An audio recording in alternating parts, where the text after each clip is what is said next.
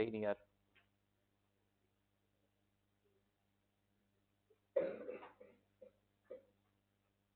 Recording in progress. चलो जरा ये क्वेश्चन करके दिखाओ मुझे।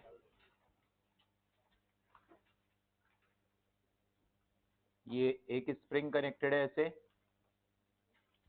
ये दूसरा स्प्रिंग, बात है नहीं, ये ब्लॉक का मास है लेट्स से 4 kg, इस स्प्रिंग का स्प्रिंग कांस्टेंट है 20 न्यूटन पर मीटर, इसका स्प्रिंग कांस्टेंट है लेट्स से 30 न्यूटन पर मीटर। ठीक, अगर 4 kg ब्लॉक 10 सेंटीमीटर के एम्पलीट्यूड से एसएचएम कर रहा है, तो ये जो इन दोनों स्प्रिंग्स का जंक्शन है, ये किस एम्पलीट्यूड से एसएचएम कर रहा होगा? सॉल्व करके बताओ, क्वेश्चन लिख लो।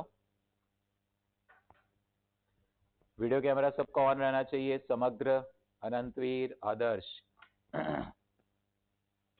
If block is oscillating with an amplitude 10 centimetre, if block is oscillating with an amplitude 10 centimeter, जीवन ज्योत अनंतवीर, then find amplitude of SHM for point P. Then find amplitude of SHM for point P. ठीक है, concept बताओ क्या लगाएंगे गवेस्ट? ऐसा question था उन 2 लेक्चर में, बताओ फिर क्या कॉन्सेप्ट लगाएंगे गवेस्ट? पहली बात देखो, कॉन्सेप्ट सुनो, और ये कॉन्सेप्ट ही है जो आपको याद रहने चाहिए। पहली बात, उसके बाद तुम कर पाते हो नहीं, दैट इज योर प्रैक्टिस। पहली बात, अगर ये दोनों स्प्रिंग में सीरीज में है तो इन दोनों में फोर्स हमेशा बराबर रहेगा, K1x1 इक्वल टू K2x2। ठीक, जब ये अपने एम्पलीट्यूड के बराबर डिस्प्लेस होगा 10, इस स्प्रिंग में मान लो एम्पलीट्यूड है A1, मतलब ये A1 डिस्टेंस तक आगे जाता है। ठीक, आजा बेटे, और ये A2 तक स्ट्रेच होता है मैक्सिमम। तो एक रिलेशन आएगा K1A1 is equal to K2A2, क्योंकि दोनों स्प्रिंग्स का फोर्स हमेशा बराबर है। एक आएगा A1 plus A2 is equal to A। That's all. ये जेईई एडवांस का क्वेश्चन था ऐसा। भाई मान लो इस स्प्रिंग में एलोंगेशन आया A1 और इस स्प्रिंग में एलोंगेशन आया A2, तो ब्लॉक तो A1 प्लस A2 आगे नहीं चला जाएगा? पहले स्प्रिंग का एलोंगेशन A1 है, दूसरे स्प्रिंग का एलोंगेशन A2 है, तो ब्लॉक तो A1 प्लस A2 आगे गया ना। तो इस तरह के हमेशा तुम्हें कभी भी फंडामेंटल्स को गौर करो, क्वेश्चन तो कैसा भी बना दिया जाएगा। तुम्हें कभी भी आशिता बेटे स्प्रिंग्स सीरीज में लगे दिखें, तुम्हारा पहला काम है दोनों फोर्सेस को बराबर करना, है ना। बाकी मैं टाइम पीरियड पूछता है इसका, तो तुम कहते 1/k effective is 1/k1 plus 1/k2, time period निकाल लेते, वो पूछा नहीं है हमसे। तो लिख लो K1A1 इक्वल्स K2A2 रिलेशन लगेगा, K1A1 इक्वल्स K2A2, है ना। A1 A2 क्या है? स्प्रिंग्स के एम्पलीट्यूड SHM के, और A1 plus A2 equal to 10 आएगा। बस यहां से सॉल्व हो जाएगा। K1 K2 की वैल्यू गिवन है 20 और 30, सॉल्व कर लेना, आंसर आ जाएगा। क्लियर एकदम? ठीक है, अब इसके भी प्रीवियस ईयर क्वेश्चन करना शुरू कर दो आप। अच्छा, ये क्वेश्चन करके दिखाओ जरा। ये एक डिस्क है, ठीक है, मास इसका, ये डिस्क है पूरी ऐसे, मास इसका m है, रेडियस इसकी r है, टॉप पे इसको हिंज किया है ऐसे, ये एक्सिस है, एक्सिस इस डिस्क के प्लेन के परपेंडिकुलर है ना। मतलब ये डिस्क जो है ये ऑसिलेट इस तरह से करेगी। इस डिस्क के, आजा बेटा, डिस्क के टॉप पर हमने एक छोटा सा होल किया, छोटा सा होल, एक तार पास करा दी ऐसे, डिस्क ऐसे ऐसे ऑसिलेट करेगी। गौर से क्वेश्चन को तुमने पढ़ना है कि डिस्क अपना क्वेश्चन सॉल्व करने से पहले अपने दिमाग में इमेजिनेशन भी चलाओ कि वो मोशन कैसा हो रहा है। ये डिस्क अपने ही प्लेन में ऐसे ऐसे ऑसिलेट कर रही है, एक्सिस परपेंडिकुलर है। एक क्वेश्चन ऐसा भी आएगा कि एक्सिस ऐसे है और डिस्क ऐसे ऐसे ऑसिलेट करेगी, ऐसे ऐसे। समझ आ रही है बात? फिलहाल एक्सिस ऐसे है, डिस्क ऐसे ऐसे ऑसिलेट कर रही है। एक्सिस कैसे है? प्लेन के परपेंडिकुलर, और डिस्क ऑसिलेट कैसे कर रही है? अपने ही प्लेन में, लेफ्ट राइट। टाइम पीरियड निकालो, कल कराया था 2 pi under root I by mgd, है ना? ये फिजिकल पेंडुलम है, अपने ही वेट की वजह से SHM कर रहा है। So what will be its time period? Its time period will be 2 pi under root of I by mgd। I क्या होता है यहां पे Bhavya? About the given axis. D क्या होता है? उस एक्सिस और एक पैरेलल एक्सिस जो COM से पास हो रही है उनके बीच का डिस्टेंस। ठीक, बताओ what is the moment of inertia? Adarsh, video camera on रहे बेटे। Ayush and Shreya,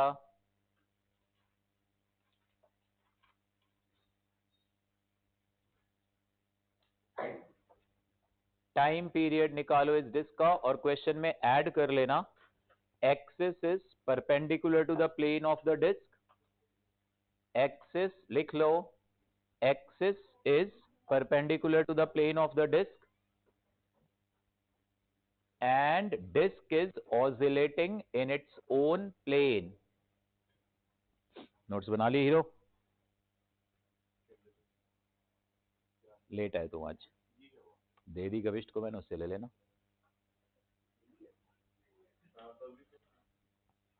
Axis is perpendicular to the plane of the disk and disk is oscillating in its own plane।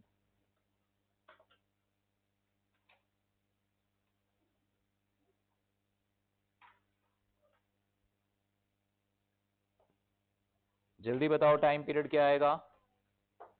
2 pi under root I by mgd। Anushka करो बेटे solve जल्दी, नाक साफ करके फटाफट। I moment of inertia, late क्यों हो गए बेटे? फॉग फॉग सब आ रही है, देखो ये ब्रेव इतना कहीं नहीं। बताओ आधी रात से थोड़ा बात बात कर लो।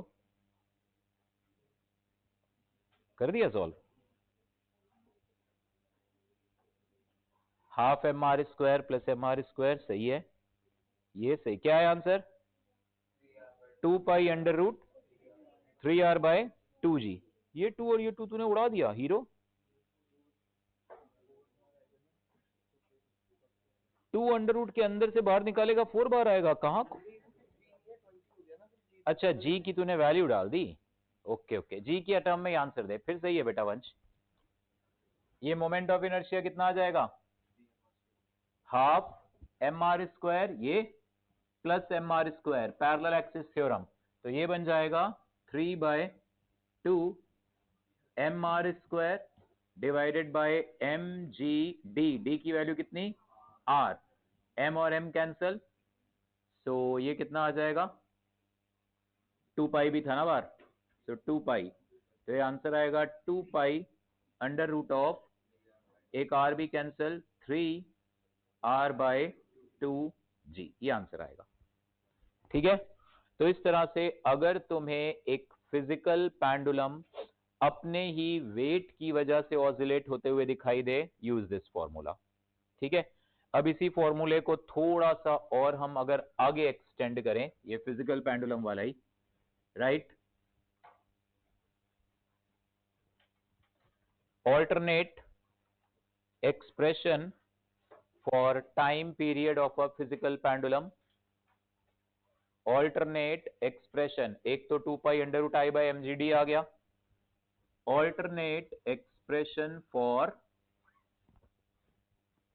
time period of a physical pendulum।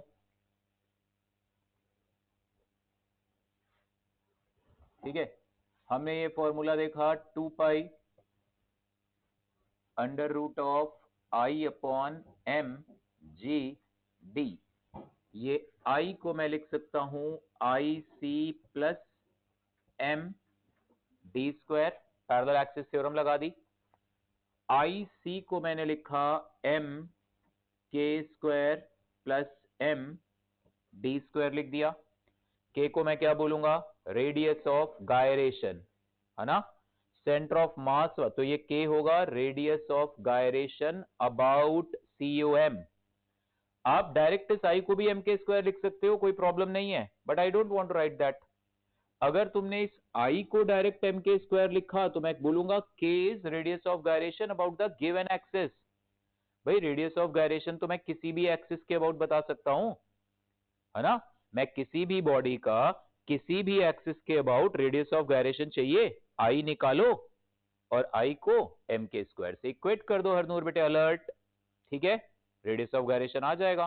तो यहां पे गौर करना, मैंने IC को mk² लिखा है, भूल मत जाना। ये वैल्यू यहां सब्स्टिट्यूट करो जरा, तो टाइम पीरियड कितना आ जाएगा, 2 pi under root of I की value mk² plus md² upon mgd। ये m कैंसिल हो जाएगा, d को ऊपर ले जाओ, टाइम पीरियड कितना आ जाएगा, 2 pi under root of k² by d plus d by g। ये ऑल्टरनेट फॉर्मूला बना। तो एक फॉर्मूला है हमारे पास 2 pi under root I by mgd, आप चाहे इसको यूज करो चाहे इसको। What is k here Paras बेटे, radius of gyration about COM, rod I COM के अबाउट ml² बाई 12, तो मतलब k² होगा l² बाई 12। पिछले क्वेश्चन को यूज करो, डिस्क थी, हाफ mr² को लिखो mk², मतलब k² है r² बाई 2। ओके, एक्सिस का है, मुझे उससे मतलब नहीं है, वो डी देखेगा। सो आप एक फिजिकल पेंडुलम को कैसे क्वेश्चन आता है कि अगर मैं फिजिकल पेंडुलम को, जशन मोबाइल बंद बेटे बिल्कुल क्लास में, ये सब तुम लोग ये सब बिल्कुल अवॉइड।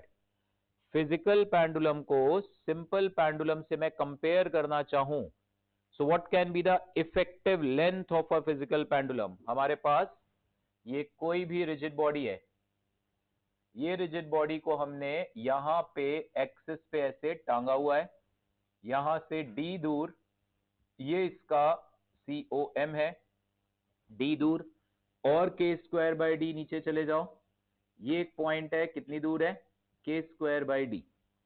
अगर तुम इस पूरी रिजिड बॉडी को एक पार्टिकल बना के यहां पे टांग दोगे, इस जगह पे रख दोगे, और ये एक रस्सी लगा दोगे इतनी लेंथ की, तो उस सिंपल पेंडुलम का टाइम पीरियड इस फिजिकल पेंडुलम के टाइम पीरियड के बराबर आएगा कि नहीं आएगा। उस सिंपल पेंडुलम का टाइम पीरियड क्या होगा, 2 pi root L by G. Length कितनी होगी, d plus k² by d। तो ये वो पॉइंट है जहां पे अगर मैं इस पूरी रिजिड बॉडी के मास को कॉन्सेंट्रेट करके एक पार्टिकल बना के रख दूं, तो उस सिंपल पेंडुलम का टाइम पीरियड इस रिजिड बॉडी के टाइम पीरियड के बराबर। This point is called centre of oscillation, centre of oscillation, this point, ठीक है। It is the point where if whole mass of the rigid body is concentrated, time period of this simple pendulum will be same as the time period of actual body। ठीक, note करो इसको। ये formula भी याद रखना है आपने, k² by d plus d, ये वाला भी, और 2 pi under root I by mgd, ये भी पता होना चाहिए एक फिजिकल पेंडुलम का टाइम पीरियड।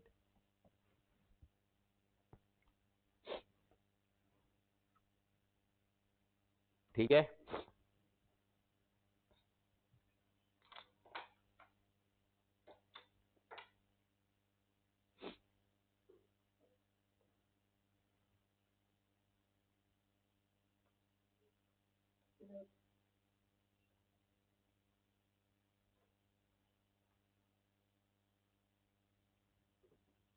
कोई डाउट है किसी को।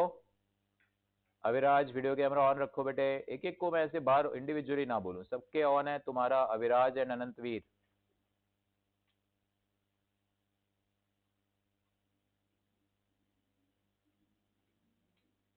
जीवन ज्योत, वीडियो कैमरे ऑन रहने चाहिए बेटे सबके।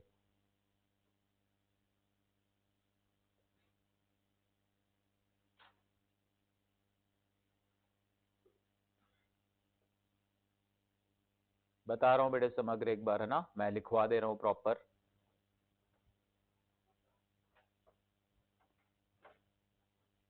नोट करो,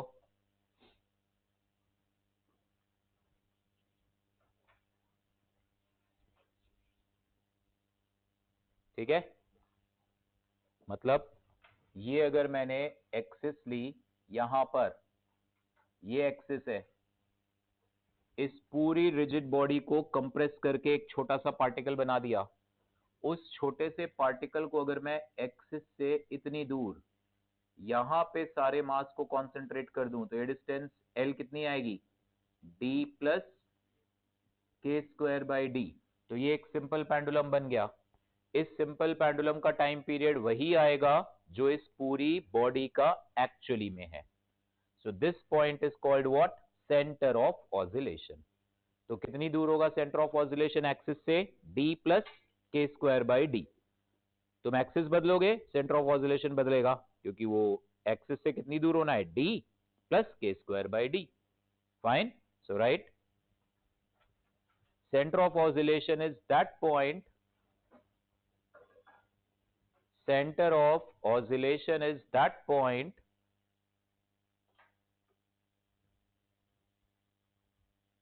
where if whole mass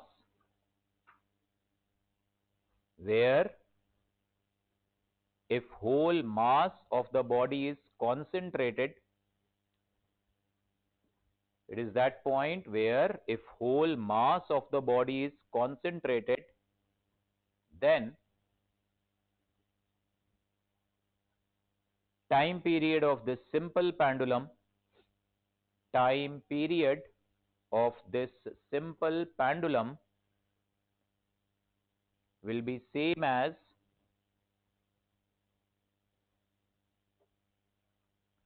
time period of actual body,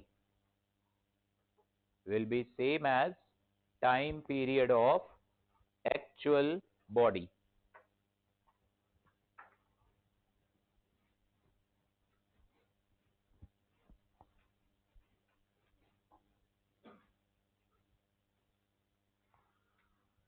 ठीक, ये एक्सिस और सेंटर ऑफ ऑसिलेशन इंटरचेंजेबल है।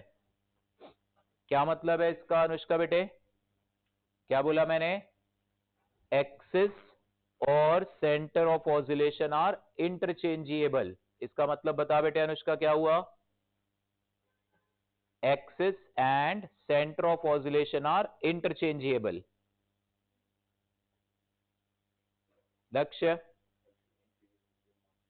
मतलब अगर तुम इस बॉडी को पलट के यहां पे टांग दोगे इस जगह पे, तो वो सेंटर ऑफ ऑसिलेशन बन जाएगा। ये डिस्टेंस बन जाएगी d और वो बन जाएगा के स्क्वायर बाई डी। ये d और के स्क्वायर बाई डी ये इंटरचेंजेबल है। नहीं समझ में आ रही बात? मान लो d की वैल्यू, एक डिस्क ले लेते हैं, चलो ये हमने एक रॉड ले लेते हैं, ये हमने एक रॉड ले ली ऐसे, ठीक है, ये सेंटर ऑफ मास है। रॉड के केस में के स्क्वायर की वैल्यू कितनी आएगी, L स्क्वायर बाई 12 आएगी के स्क्वायर की वैल्यू, है ना।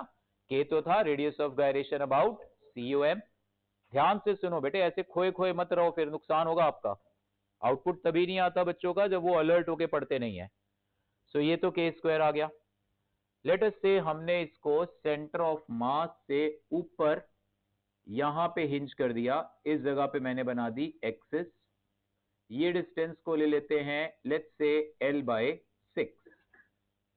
सो d की वैल्यू मैंने कितनी ले ली, d की वैल्यू मैंने ले ली L बाय 6।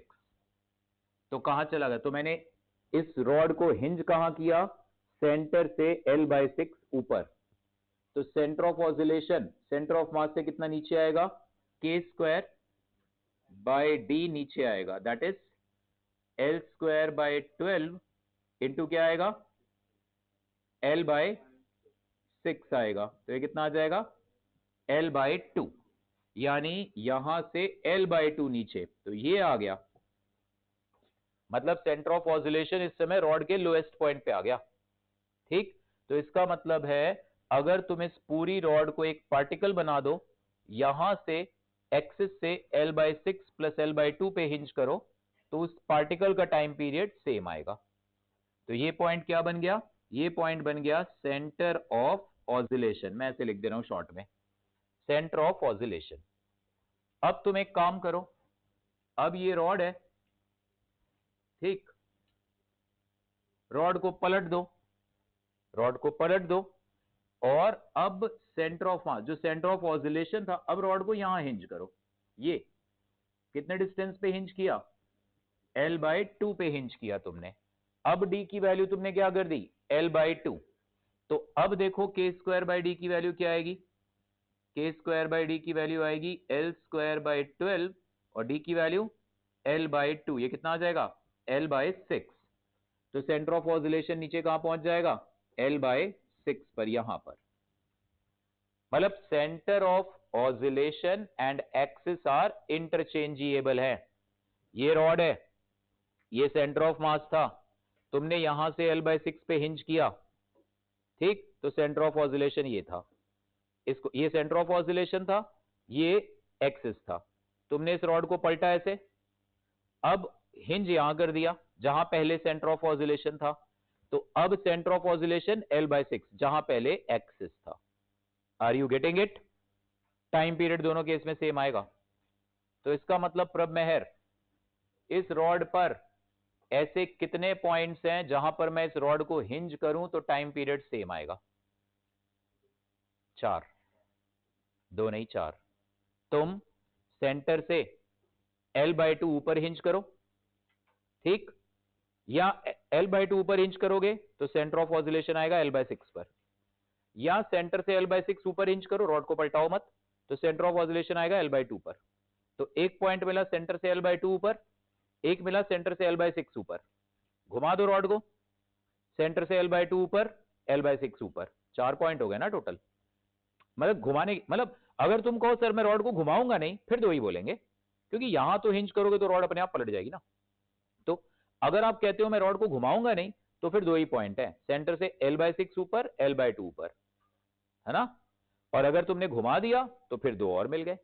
तो इसका मतलब 4 ऐसे पॉइंट हैं जिन पे अगर आपने इस रिजिड बॉडी को टांगा तो टाइम पीरियड आएगा सेम। वो पॉइंट कौन से हैं? सेंटर से d ऊपर, या k²/d ऊपर, या पलट के फिर से d ऊपर, या k²/d ऊपर। अगर क्वेश्चन कहता है नहीं रॉड को पलटना नहीं, ऐसे ही रखना, तो दो, या तो d ऊपर या k²/d। बट वैसे हम आंसर देते हैं 4।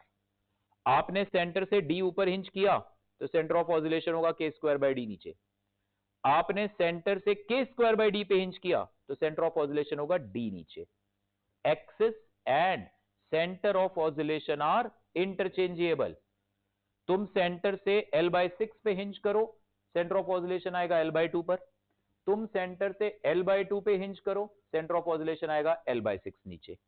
ठीक है, ये यहां से L/6 नीचे, ये सेंटर था, है ना। यहां सर्कल बनाने की जरूरत नहीं है क्योंकि एक्सिस हो रही, ये सेंटर ऑफ मास है, ये सेंटर ऑफ ऑसिलेशन। समझ आ रही है बात हरनूर बेटे? ना पक्का? अनुष्का क्लियर है? कितने पॉइंट है टोटल जहां पे इस बॉडी को हिंज कर सकते हैं? 4। इसको नहीं, किसी भी बॉडी को, ठीक है, नोट कर लो इसको। Axis and centre of oscillation are interchangeable. Axis and centre of oscillation are interchangeable.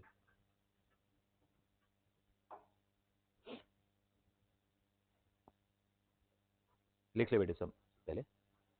Axis and centre of oscillation are interchangeable, ठीक है। आपको मान लो सेंटर ऑफ मास से हिंज ऊपर किया 3 सेंटीमीटर, सेंटर ऑफ ऑसिलेशन आया 1 सेंटीमीटर नीचे, तो अगर तुम 1 सेंटीमीटर ऊपर हिंज करोगे सेंटर ऑफ ऑसिलेशन आएगा 3 नीचे, आपस में वैल्यू बदल लेंगे, ठीक।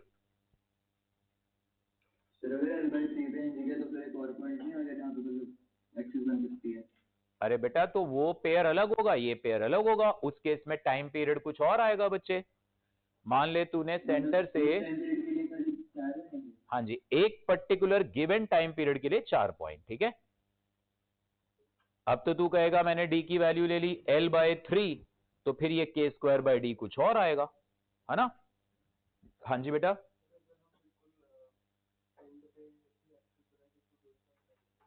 नहीं तो एंड पे बनाई तो एक्सिस मैंने, ये रही एंड पे एक्सिस। मैंने एक्सिस यहां बनाई तो सेंटर ऑफ ऑसिलेशन L/6 पे आया, तो इसका मतलब है अगर मैं इस रॉड को सेंटर से L/2 पे टांगू या L/6 पे, टाइम पीरियड सेम। ठीक है, समझ आ रही बात? पक्का? अब दिमाग फिर एक और चीज पे चल रहा है। हाँ जी बेटा, यहाँ पे, हाँ हाँ, तो पलट जाएगी रॉड, बात तो एक ही हो जाएगी। रॉड को तू लोएस्ट पॉइंट पे इंच करेगा, वो पलट के फिर एसएचएम करेगी। 4 हुए ना, सेंटर से L/2 पे या L/6 पे, सेंटर से L/6 पे या L/2 पे, 4 हो गए पॉइंट। ठीक है, नीचे दो ऊपर दो। अब दिमाग में एक बात और आ रही है, मैं इस रॉड को सेंटर से L/6 पे हिंज कर रहा हूं या L/2 पे हिंज कर रहा हूं, तो टाइम पीरियड सेम आ रहा है। इसका मतलब है सेंटर से मैं जैसे जैसे ऊपर जा रहा हूं, टाइम पीरियड शायद पहले बढ़ रहा था फिर घट रहा है, तभी तो सेम आ रहा है 2 बार, या पहले घट रहा था फिर बढ़ रहा है। तो घट के बढ़ रहा है या बढ़ के घट रहा है? क्या हो रहा है? घट रहा है फिर बढ़ रहा है, क्योंकि सेंटर ऑफ मास पे टांगोगे तब तो टाइम पीरियड आता है इनफाइनाइट, ये एसएचएम ही नहीं करता। तुमने रॉड को अगर सेंटर ऑफ मास पे ही टांगा और डिस्टर्ब किया, वो तो एसएचएम ही नहीं करेगा। तो इसका मतलब है अगर तुम इस रॉड को सीयूएम पे हिंज करते हो, फिर तो ये एसएचएम करता ही नहीं। थोड़ा सा ऊपर हिंज करोगे, टाइम पीरियड बहुत ज्यादा आएगा। थोड़ा और ऊपर करते जाओगे, टाइम पीरियड घटता जाएगा, मिनिमा लेगा और बढ़ता जाएगा। तभी तो सेम आ रहा है 2 जगह पे। हाँ या ना? नहीं समझ आ रही बात जशन? क्या समझ आई? सेंटर ऑफ मास पे हिंज करोगे तो टाइम पीरियड इनफाइनाइट, उसके थोड़ा ऊपर करते जाओगे, ये घटते एक मिनिमा लेगा फिर बढ़ेगा, क्योंकि मुझे 2 सेम वैल्यूज मिल रही है मुझे। तो सवाल है अब क्या? क्या सवाल है लावण्या? क्या सवाल है? कहां हिंज करें कि टाइम पीरियड सबसे कम आए? बताइए। किसी भी रिजिड बॉडी को एक्सिस से, सेंटर ऑफ मास से कितना ऊपर हिंज करें, या नीचे कह लो, नीचे के लिए रॉड को पलटाना पड़ेगा कि टाइम पीरियड आए सबसे कम। सबसे ज्यादा मत बोलना, वो तो इनफाइनाइट होगा। सेंटर ऑफ मास पे टांग दो और कहो चलो मजे करो। इनफाइनाइट टाइम पीरियड मतलब बेसिकली एसएचएम हो ही नहीं रहा है ना। So find distance of axis from COM, distance of axis from COM, so that time period is minimum. Time period is minimum. देखो ये फायदा होता है 2 लेक्चर देने का, तसल्ली से मैं तुम लोग को सोचने के लिए मजबूर कर रहा हूं। बेसिक चीजें हैं, वो सब तो कर ही लोगे बेटा, आदत डालो इसकी। ठीक है जशन? जब संगीत से खुद से थ्योरी भी पढ़ सकते हो तो फिर वो देख के और ज्यादा फायदा मिलेगा। तो बताइए, इस क्वेश्चन क्लियर है अवनी? क्या क्वेश्चन है? हेडिंग लिख लो चाहे तो, minimum time period of a physical pendulum. उससे क्या होता है, रिवीजन करते हुए जरा दिमाग में आती हैं बातें। हाईलाइट करके नोट करो, minimum time period of a physical pendulum.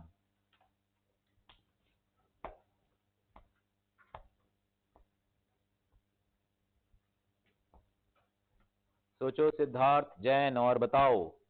Kavya तू आई नहीं बेटे, आज ठंड पड़ी, तू गायब। लेट उठी होगी, अब छोड़ो, अब यहीं बैठ के। लेट थोड़ा सा उठे होगे भाई, घर में दोनों होते हो तुम दोनों ही बस, या मम्मी पापा हैं अभी साथ में? मम्मा है। हाँ वेरी, तो फिर मम्मा ने उठाया नहीं? तो लेट हो गया। अनुष्का को तो देखो जबरदस्ती उठा दिया था, चल उठ क्लास जा, है ना क्लास। अरे वाह शाबाश बेटे। इसको देखो, एक सबको मिलके उठाना पड़ता है, सब घर वालों को आना पड़ता है, चलो इसको उठाए। करो करो, सौ दिमाग लगाओ।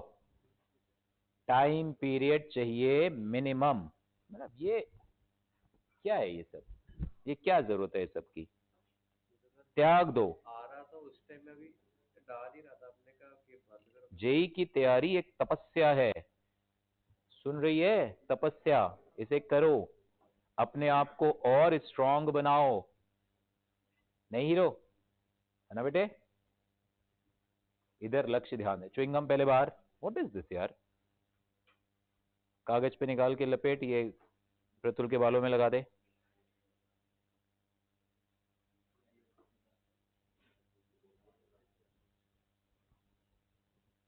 मंडे टेस्ट होगा एसएचएम का तुम लोगों का, है क्या होता है मंडे एसएचएम का टेस्ट है? 2 नहीं, तीसरा है आज। L/√12, तो कुछ खास दिख रहा है इसमें, कुछ खास दिख रहा है L/√12 में? के क्या था? k² और शाबाश, k² और d इक्वल आएंगे, यानी d इक्वल टू के आ जाएगा यार, d इक्वल टू क्या आ जाएगा? k। देखो इधर, ये कोई भी बॉडी है, मैंने, ये सेंटर ऑफ मास है, मैंने सेंटर ऑफ मास से x ऊपर इसको यहां पे हिंज कर दिया, तो टाइम पीरियड क्या आएगा? 2π√of k² + x/g आएगा, where k is the radius of gyration about COM। सीधी सी बात है, टाइम पीरियड मिनिमम तब होगा जब ये और ये आपस में बराबर होंगे, है ना, यानी x की वैल्यू k के ही बराबर होगी, आ जाएगा। अगर मुझे टाइम पीरियड चाहिए मिनिमम, देन ये 2π और g बेचारों को तो छोड़ो, ये तो कांस्टेंट है, k² by x plus x, ये क्या होना चाहिए? मिनिमम। जब ये फंक्शन मिनिमम होगा तो टाइम भी मिनिमम आएगा। Now k² by x plus x अगर मिनिमम है, तो d/dx of k² by x plus x, ये क्या होना चाहिए? 0। मैक्सिमा मिनिमा, तो डेरिवेटिव क्या होना चाहिए? 0। k² बाहर करो, d/dx ऑफ 1/x आएगा, -1/x² आएगा ये। अब ये सब काम आपको आने चाहिए, है ना, x पावर -1 आएगा, डिफरेंशिएट कर लो, d/dx ऑफ x क्या आएगा? 1 equal to 0, so 1 equal to क्या आ गया? k² बाय x², x कितना आ गया? प्लस माइनस k, वो प्लस माइनस का मतलब है 2 पॉइंट है ऊपर नीचे। तो अगर आप इस रिजिड बॉडी को इसके COM से कितना डिस्टेंस पे हिंज कर रहे हो? k, where k is what? Radius of gyration. Rod हुई तो k² कितना आशिता? L²/12, तो कहां हिंज करो? L/√12। डिस्क हुई तो k² कितना है? R²/2, तो कहां पे हिंज करोगे? R/√2 पर। रिंग हुई तो रिंग का k² क्या होता है? R², तो हिंज कहां करोगे? R पर, टॉप पर। सॉलिड स्फीयर हुआ तो गीतांश, तुम पढ़ नहीं रहे हो यार, बताओ। हॉलो स्फीयर हुआ तो हॉलो स्फीयर का मोमेंट ऑफ इनर्शिया, कुछ नहीं, कुछ नहीं पढ़ रहे हो यार तुम, गीतांश गलत बात है बेटे। k² कितना? 2/3। कॉन्फिडेंस लाओ अपने अंदर यार, रिवाइज करो बार बार। k² कितना? 2/3 r², तो हॉलो स्फीयर को सेंटर से कितना ऊपर इंच करोगे? √2/3 इंटू r, r बाहर है रूट के, सीधी सी बात है यार, k² निकालो और बॉडी को k डिस्टेंस पे हिंच करो। सो अगर एक रिजिड बॉडी को COM से k डिस्टेंस पे हिंच करोगे, where k is what? Radius of gyration about COM, time period will be least. ठीक, लिख लो, हेंस, नोट करो पहले इसको जल्दी संप्रीत बेटे। यार गीतांश पढ़ाई करो, मतलब मेरे को टेस्ट वेस्ट के नंबर से कोई मतलब नहीं है, क्लास में दिख जाता है पढ़ाई हो नहीं रही है बेटे, मन लगा के करो बेटे काम।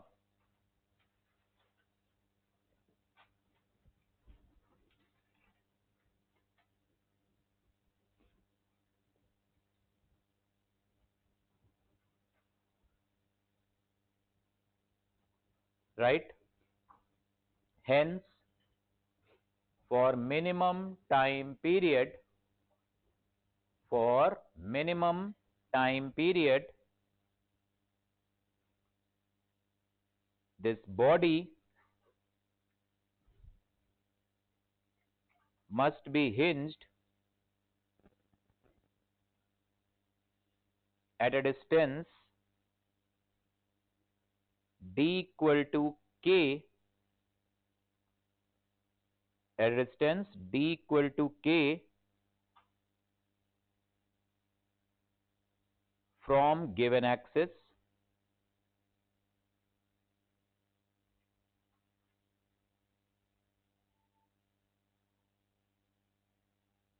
where k is radius of gyration about COM, where k is radius of gyration about COM. ठीक है?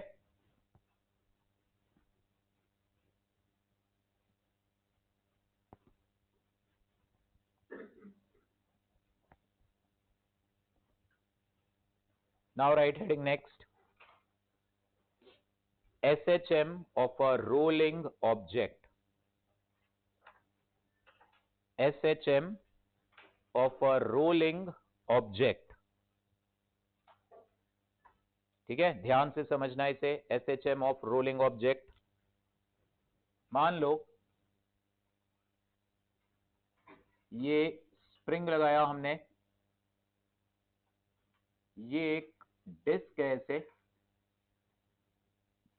लाइक दिस, मास इसका m, रेडियस r, डिस्क है, आप स्फीयर भी ले सकते हो कोई भी, है ना. फ्रिक्शन यहां पे सफिशिएंट है टू प्रिवेंट स्लिपिंग. ठीक है, this mu is large, sufficient friction है. डिस्क के लोअर पॉइंट को ये सरफेस स्लिप नहीं होने देगा. आपने क्या किया, आपने इस और ये सिचुएशन समझना, ये सिचुएशन कैसी है. ये जो डिस्क है, इस तरह से डिस्क है, ये डिस्क के सेंटर पे तुमने ऐसे कोई भी कील ऐसे लगाई. ठीक है, एक्सिस समझो उसको.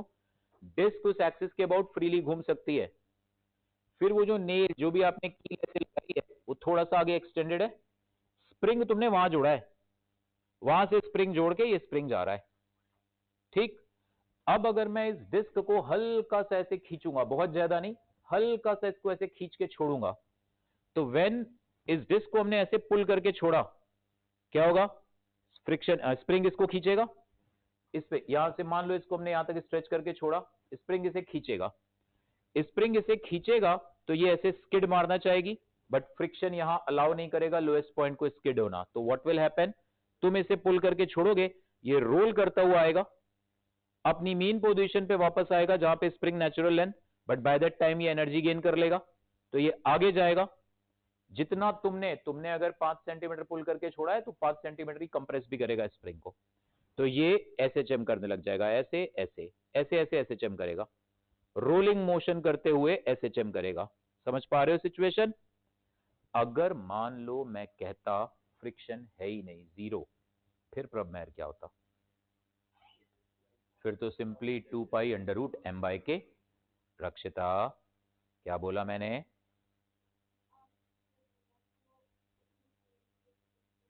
ऐसा तो स्पीड वर्ड ही नहीं यूज किया मैंने शायद कहीं.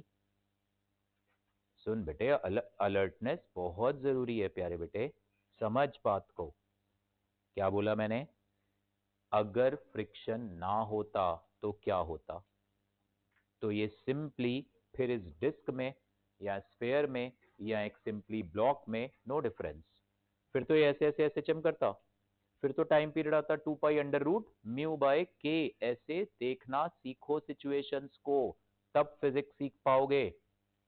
रटने वाला काम नहीं है. फिर तो वेरिएशन में मैं फिर कह दूं friction is there but not sufficient, फिर तो स्किड मारेगा और थोड़ा थोड़ा घूमेगा भी, है ना.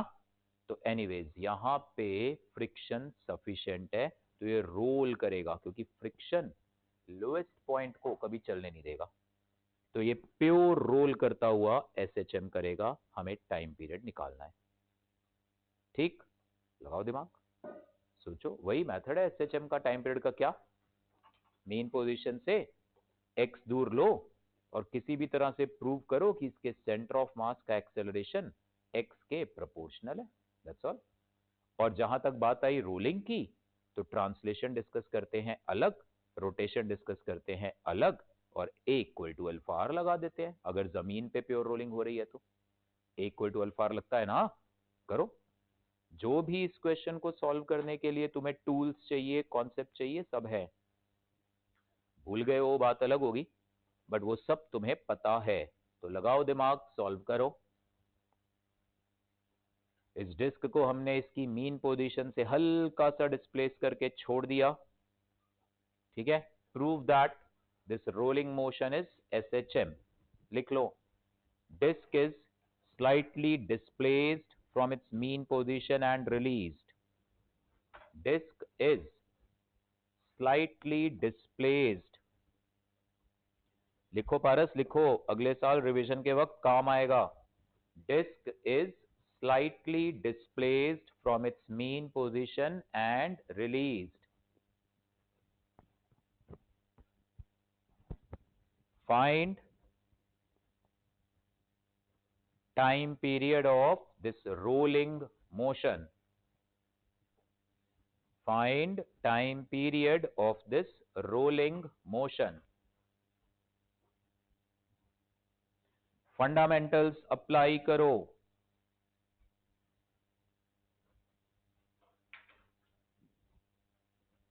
मैं इसको लीनियर मोशन की कैटेगरी में ही रखूंगा, क्योंकि अगर इस डिस्क के मैं सेंटर ऑफ मास को देखूं तो वो तो स्ट्रेट लाइन में ही बैकवर्ड जा रहा है, बैकवर्ड फॉरवर्ड जा रहा है। तो मैं किसी भी तरह से चेक करूंगा कि उसका एक्सेलरेशन एक्स के प्रोपोर्शनल है कि नहीं है। दिमाग लगाओ, ट्राई करो।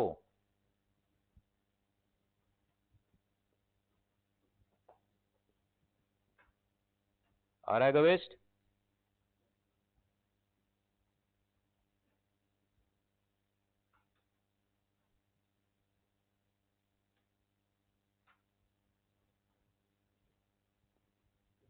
हाँ जी सर। के एक्स, ये क्या है, ये क्या है? हाँ, और ये आई, अगर टॉर्क ले रहे हो लोएस्ट पॉइंट के अबाउट, तो आई भी लोएस्ट पॉइंट के अबाउट होना चाहिए। क्या कर रहे हो बेटा? के एक्स इंटू आर बेटर है, आप ही सोचो पहले। फंडामेंटल्स पे काम करो बेटे, समझो चीजों को। गीतांश ध्यान दे बेटे पूरा।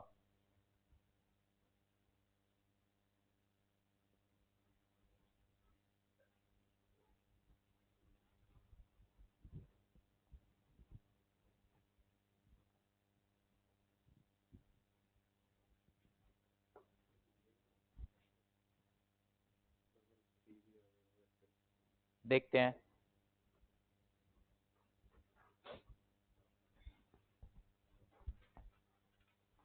देखो, एक तो डायग्राम बहुत अच्छे से बनाया करो, that shows your clarity of the concept. ये मीन पोजीशन है इसकी। मीन पोजीशन से जब ये डिस्क एक्स आगे है, ठीक है, तो ये स्प्रिंग एक्स एलोंगेट होगा। यहां पे है ये डिस्क, मीन पोजीशन से एक्स आगे, तो स्प्रिंग का फोर्स तो सीधे सीधे इस पे कितना आ जाएगा? के एक्स। प्रबमेर, इस वक्त जो फ्रिक्शन फोर्स लग रहा होगा ग्राउंड से, राइट को होगा या लेफ्ट को होगा? फ्रिक्शन फोर्स स्टैटिक होगा, ये बात तो पक्की है। राइट को होगा या अवनी बेटे लेफ्ट को होगा? सोच के बताना है, ऐसे नहीं, खेलना नहीं है। राइट लेफ्ट, राइट, दिमाग में राइट लेफ्ट के बियॉन्ड कुछ जा ही नहीं रहा। आगे सोचो, क्यों?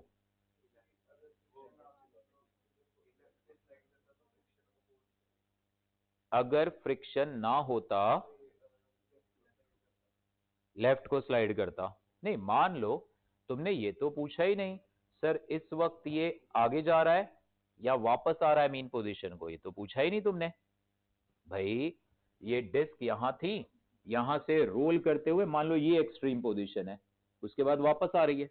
इतना बड़ा ऐसे टाइम वैसे एम्पलीट्यूड होता नहीं, बट चलो समझ लो ये ऐसे जा रहा था, ऐसे वापस आ रहा है, तो ये जा रहा है या आ रहा है, ये तो तुमने पूछा ही नहीं मेरे से और तुमने आंसर दे दिया गविष्ठ बेटे। एक्चुअली क्या एक्चुअली इसकी वेलोसिटी किधर है उससे फ्रिक्शन को कुछ लेना देना नहीं है। अगर ये एक ब्लॉक है, ये इसके ऊपर एक ब्लॉक है, ठीक, इसकी वेलोसिटी है 10, इसकी वेलोसिटी भी 10। अब मैं तुमसे पूछूं इन दोनों के बीच जो यहां पे फ्रिक्शन आना है, let us draw them separately. ये एक ब्लॉक है, ये इसके ऊपर एक ब्लॉक है, इसकी वेलोसिटी भी इधर 10 है, इसकी भी इधर 10 है। मैं तुमसे सवाल पूछूं इन दोनों के बीच में फ्रिक्शन किधर आएगा? मान लो ग्राउंड स्मूथ है, ग्राउंड पे फ्रिक्शन नहीं है, इन दोनों के बीच में फ्रिक्शन किधर आएगा? तो आप कहोगे सर आप ये बताओ, क्योंकि फ्रिक्शन ये देखता है कि स्लिपिंग की टेंडेंसी किधर है। इतनी नॉलेज से मुझे पता ही नहीं लग रहा स्लिपिंग की टेंडेंसी है भी कि नहीं। अनुष्का सुन बेटे ध्यान से, ये दोनों 10-10 की स्पीड पे जा रहे हैं। मान लो मैं लोअर ब्लॉक पे कोई फोर्स ही ना लगा रहा होता तो इन दोनों ब्लॉक्स के बीच में भी फ्रिक्शन नहीं आना था। क्यों आता फ्रिक्शन? दोनों तो 10-10 से चल रहे हैं, स्लिपिंग की कोई टेंडेंसी नहीं है। मान लो तुम इस ब्लॉक पे फोर्स लगा रहे होते इधर, तो ये लोअर ब्लॉक की स्पीड बढ़ना चाह रही होती, ऑलरेडी 10 से जा रहा है और फोर्स उसको और तेज करना चाह रहा है, तो लोअर ब्लॉक तेज चलना चाह रहा होता, तो यहां पे फ्रिक्शन क्या करता? ये अपर ब्लॉक को भी कहता भाई तू भी तेज चल, नहीं तो स्लिपिंग हो जाएगी, फ्रिक्शन ऐसे लगता। मान लो लोअर ब्लॉक पे फ्रिक्शन का डायरेक्शन, सॉरी अप्लाइड फोर्स इधर होता, तो लोअर ब्लॉक स्लो डाउन होना चाह रहा होता, तो फ्रिक्शन कहता अपर ब्लॉक को भाई तू भी स्लो हो जा, नहीं तो स्लिपिंग आ जाएगी, एफ इधर और एफ इधर। तो बोलो फ्रिक्शन फोर्स का डायरेक्शन कौन डिसाइड कर रहा है? क्या वो 10 मीटर पर सेकेंड? नहीं, applied force. Applied force decide कर रहा है, वेलोसिटी डिसाइड नहीं कर रही। हाँ, वेलोसिटी अलग अलग होती फिर तो काइनेटिक फ्रिक्शन है सीधे, फिर मैं फोर्स को देखता ही नहीं। अगर स्लिपिंग हो रही है फिर मेरे को परवाह ही नहीं, फिर तो मैं सीधे बोलूंगा फ्रिक्शन इज काइनेटिक, फिर मैं फोर्सेस को भी नहीं देखूंगा। अगर स्टैटिक फ्रिक्शन है, स्लिपिंग नहीं हो रही पर होना चाहती है, तो स्लिपिंग होना क्यों चाहती है? कोई फोर्सेस है ना, तो फ्रिक्शन का डायरेक्शन फोर्सेस को देख के डिसाइड होगा। तो तुमने जो पहले बोला था वो बिल्कुल ठीक था कि ये फोर्स लग रहा है, मानो ये यहां रेस्ट पे पड़ा होता, ये जा रहा है आ रहा है मुझे परवाह ही नहीं है, मानो रेस्ट पे पड़ा होता तो ये ऐसे खींचता, मानो फ्रिक्शन ना होता तो फिर ये कांटेक्ट पॉइंट किधर को स्किड मारता? लेफ्ट, तो फ्रिक्शन किधर लगेगा? राइट। तो ये चाहे जा रहा हो चाहे आ रहा हो, फ्रिक्शन तो राइट को ही लगेगा। तुम ऐसे भी सोच सकते हो, ये फ्रिक्शन किधर आएगा? राइट। तुम ऐसे भी सोच सकते हो, मान लो ये जा रहा था इधर v से और घूम रहा था ऐसे ओमेगा से। समझ आ रही है भव्या बात? स्टैटिक फ्रिक्शन फोर्स का डायरेक्शन कौन डिसाइड करता है? फोर्सेस, ना कि वेलोसिटीज। वेलोसिटीज तो सेम ही होंगी क्योंकि स्टैटिक फ्रिक्शन है, मतलब स्लिपिंग हो नहीं रही है। जैसे इस डिस्क के लोएस्ट पॉइंट की वेलोसिटी क्या है? 0 है ना, सरफेस के बराबर 0 है। अभी सुनो ध्यान से, ये जा रहा था, ठीक, स्प्रिंग फोर्स किधर लग रहा है? लेफ्ट, ये किधर जा रहा है? राइट, तो वेलोसिटी क्या होगी? घटेगी। तो अगर वेलोसिटी घट रही है तो ओमेगा को भी घटना पड़ेगा क्योंकि v is equal to omega R, omega is v by R. तो अगर v घट रहा है तो ओमेगा को भी घटना पड़ेगा। अच्छा, ओमेगा कैसे है? क्लॉकवाइज, और ओमेगा घट रहा है तो टॉर्क कैसा होना चाहिए? Anti clockwise. तो इसका मतलब फ्रिक्शन ही टॉर्क दे रहा है सेंटर ऑफ मास के अबाउट। तो सेंटर ऑफ मास के अबाउट फ्रिक्शन कौन दे रहा है? सॉरी, टॉर्क कौन दे रहा है? फ्रिक्शन। तो इसका मतलब टॉर्क ऐसे होना चाहिए, वो है, डिस्क है, सेंटर ऑफ मास फ्रिक्शन ऐसे लग रहा है, फ्रिक्शन ऐसे घुमाना चाह रहा है। उल्टा सोच लो तुम, मान लो तुम कहते कि सर ये वेलोसिटी इधर को है तो ओमेगा इधर को होता, फिर क्योंकि पेयर बोलेंगे ना ऐसे। अब v बढ़ रहा होता क्योंकि kx भी लेफ्ट v भी लेफ्ट, तो v बढ़ रहा होता तो ओमेगा भी बढ़ना चाहता। ओमेगा कैसे है? एंटी क्लॉकवाइज, तो टॉर्क भी कैसा होना चाहिए, एंटी क्लॉकवाइज, तब भी फ्रिक्शन राइट को आ रहा है। समझ आ रही है बात? तो इसलिए फ्रिक्शन फोर्स का डायरेक्शन किधर को आएगा, राइट को। क्लियर है? ये चाहे बॉडी राइट जा रही हो चाहे लेफ्ट। नोट करो इसको अच्छे से। ये सब फंडामेंटल्स पे ध्यान दो पूरा अनुष्का बेटे, अच्छे से दिमाग में उतारो। क्या सीखा अनुष्का? स्टैटिक फ्रिक्शन फोर्स का डायरेक्शन वेलोसिटीज डिसाइड नहीं कर रही, फोर्सेस ही डिसाइड कर रहे हैं। क्या अवनी बेटे?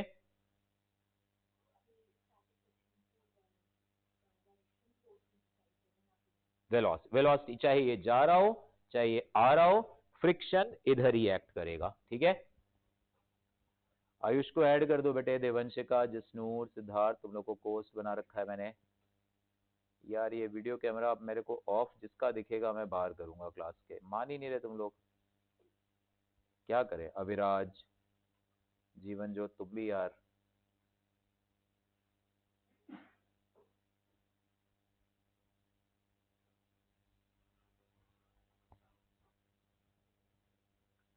ये जितने भी ऑनलाइन बैठे हो, मंडे टेस्ट कोई ऑफलाइन ऑनलाइन नहीं आएगा, कोई ऑफलाइन नहीं आएगा, मतलब सब ऑनलाइन।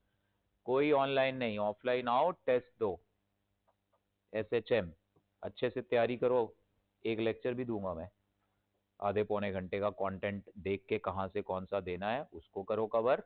एसएचएम पूरा रिवाइज करो अच्छे से, प्रीवियस ईयर क्वेश्चंस थोड़े प्रैक्टिस करो, प्रीवियस ईयर में से दूंगा क्वेश्चंस। चलो ठीक है, करके आओ सारे, जितने प्रीवियस ईयर करो उतना अच्छा, उन्हीं में से दूंगा मैं। ठीक है, बता के कह रहा हूँ, बता के कह रहा हूँ, मतलब बता के एग्जाम में ऐसे क्वेश्चन डालूंगा मैं प्रीवियस ईयर के, करो उन्हें प्रैक्टिस। ठीक, सो आगे चलते हैं। अब अगर मैं इसका ट्रांसलेटरी मोशन डिस्कस करूं, सो ये रोलिंग का भी आपका रिवीजन हो जाएगा। Will discuss it's translational motion. पहले ट्रांसलेशनल मोशन डिस्कस करते वक्त मुझे कोई परवाह नहीं ये डिस्क है क्या है, आपकी बात सही थी, मैं डायरेक्ट टॉर्क इसके अबाउट भी ले सकता था। क्यों? क्योंकि ये इंस्टेंटेनियस एक्सिस है। जब एक बॉडी रोलिंग मोशन में होती है मैं टॉर्क दो जगह के अबाउट ले सकता हूं, तीसरी एक्सिस नहीं कोई, या तो सीओएम या तो इंस्टेंटेनियस एक्सिस। तो तुम डायरेक्ट उसके अबाउट भी टॉर्क निकाल के कर सकते हो, है ना? बट चलो ऐसे करते हैं ट्रांसलेशन। ट्रांसलेशन में पूरी बॉडी को हम क्या मानते हैं, पार्टिकल। ट्रांसलेशन डिस्कस करने का मतलब होता है मैं इस बॉडी के सेंटर ऑफ मास का मोशन डिस्कस कर रहा हूं, किसी और पॉइंट का नहीं। तो क्या इक्वेशन आएगी, K X minus F is equal to M A. ये ए क्या है, सेंटर ऑफ मास का एक्सेलरेशन। इस बॉडी के किसी और पॉइंट का एक्सेलरेशन निकालना तो मुझे आता है ना, तीन तीन एक्सेलरेशन लगते हैं, A, alpha R, omega square R, उन तीनों का रिजल्टेंट से मिलता है, याद है ना, रोटेशनल मोशन में पढ़ा। अब डिस्कस करो रोटेशन। रोटेशन पे डिस्कस करते वक्त अब तुम भूल जाओ स्प्रिंग है क्या है, तुम मानो ये बॉडी ऐसे मैंने टांग दी है, एक फोर्स सेंटर पे लग रहा है, एक फ्रिक्शन। सेंटर वाला टॉर्क देगा नहीं, only friction will give the torque. तो टॉर्क कितना आएगा, F into R is I, I is disc का कितना है, half M R square alpha, alpha को मैंने क्या लिखा, ए बाय आर, आर और आर कैंसल, आर और आर कैंसल, एफ कितना आ गया, हाफ एम ए, उठा के यहां पे रख दो पहली इक्वेशन में, क्वेश्चन ओवर है। K X minus half M A is M A, तो के एक्स कितना आ गया, 3/2 एम ए, सो ए कितना आ गया, 2k/3m टाइम्स एक्स, डन। ये 2k/3m क्या बन गया, ओमेगा स्क्वायर। माइनस साइन नहीं आया क्योंकि परस्पेक्टिव डायरेक्शन हम ऑलरेडी ले चुके हैं। ये डिस्क इस वक्त अपनी मीन पोजीशन से किधर है, राइट, और मैंने फोर्सेस के डायरेक्शन लेफ्ट को प्लस लिया है, के एक्स को प्लस लिया है, तो इसलिए माइनस साइन आएगा नहीं। सो ओमेगा स्क्वायर कितना आ गया, ओमेगा स्क्वायर आ गया 2k डिवाइडेड बाय 3m। सो इसका टाइम पीरियड कितना बन गया, 2 pi by omega, so 2 pi under root 3m/2k, ये टाइम पीरियड आ गया। ठीक है, नोट करो।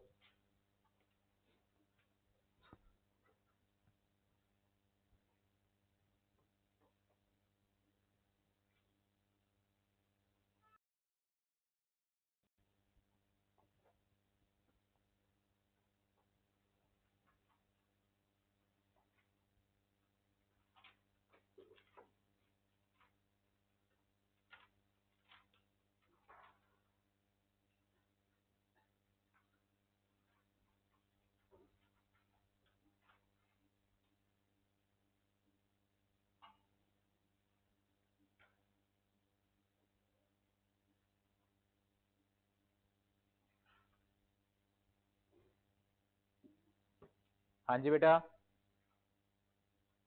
किसी को डाउट?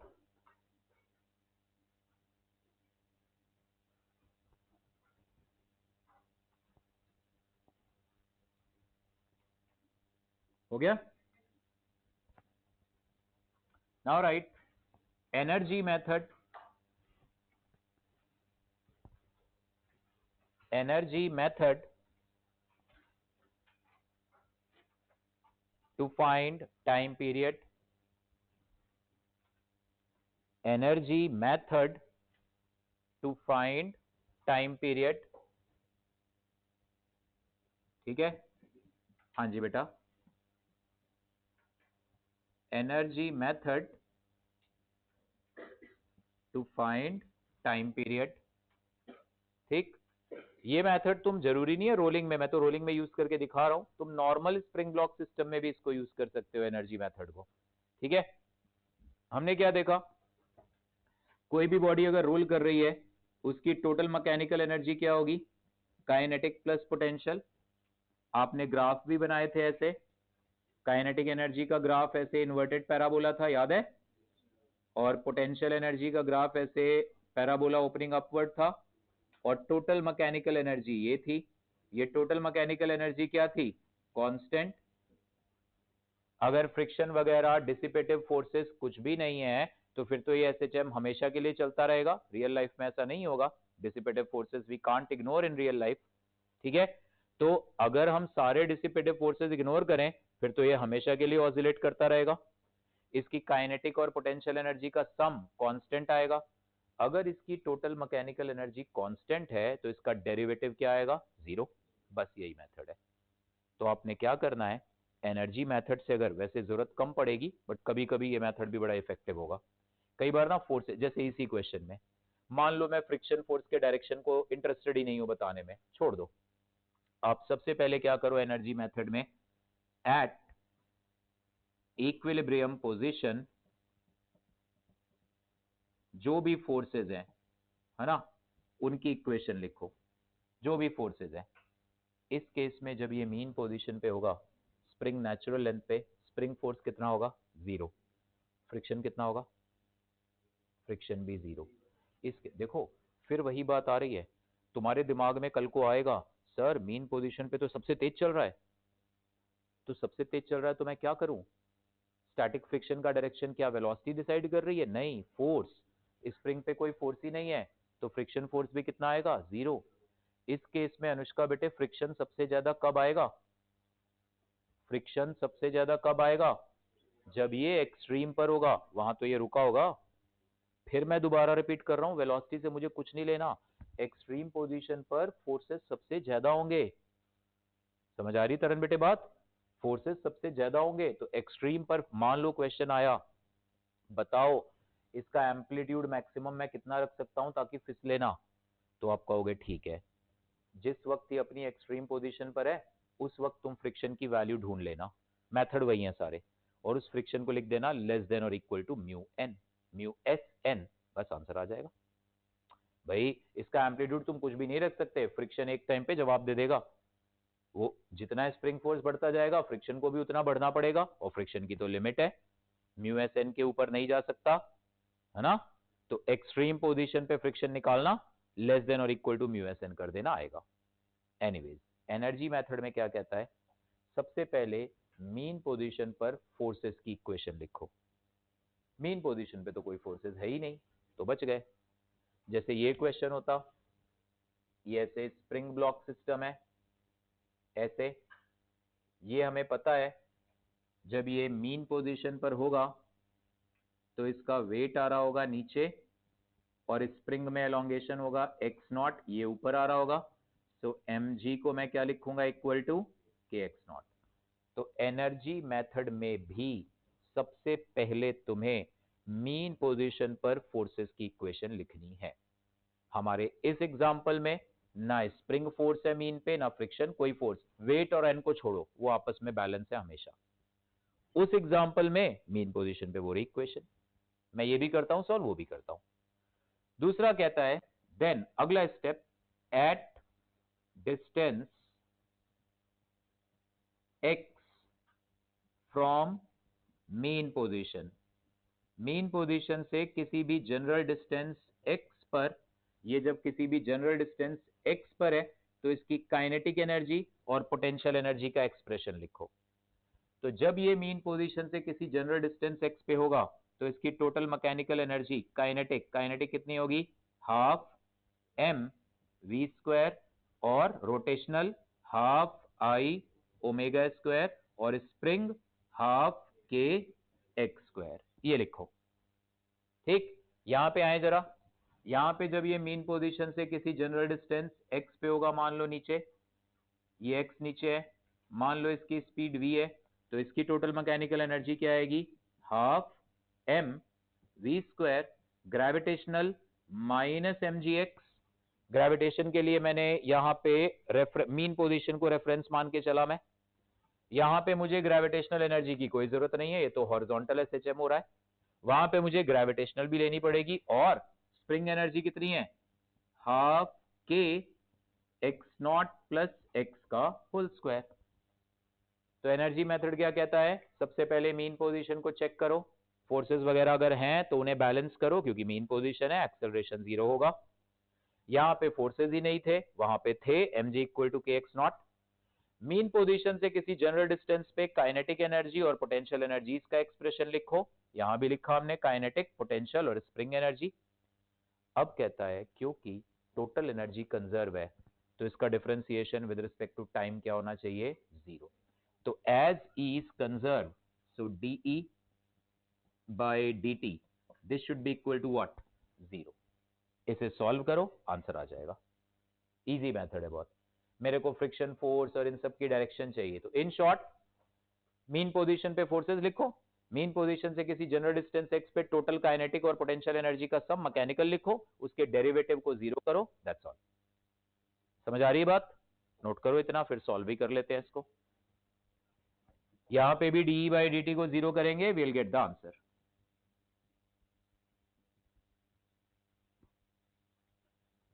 लक्ष्य समझ में आ रही है बात, नहीं आ रही, लक्ष्य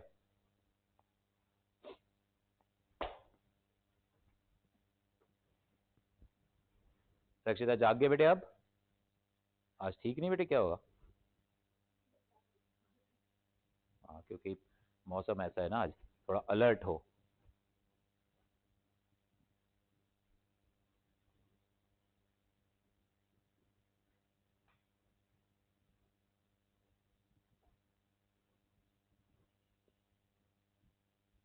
लक्ष्य बहुत तुम बातों नहीं हो गए यार।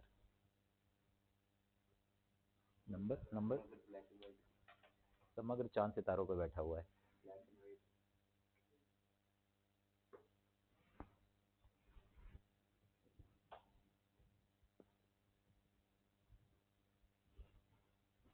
ये जो लाइन ऐसे समग्र बेटे, ये संप्रीत, ये जो लाइन आती है जो समग्र बैठा है पीछे, जो लाइन ऐसे, वो क्या चीज रिप्रेजेंट करती है, सन है, इतने सारे सितारे दिख रहे हो पीछे, वो सन होगा, कैसी बातें करते हो। प्रमेय क्या है ये जो ऐसे आर्क लाइन आती है व्हाइट सी,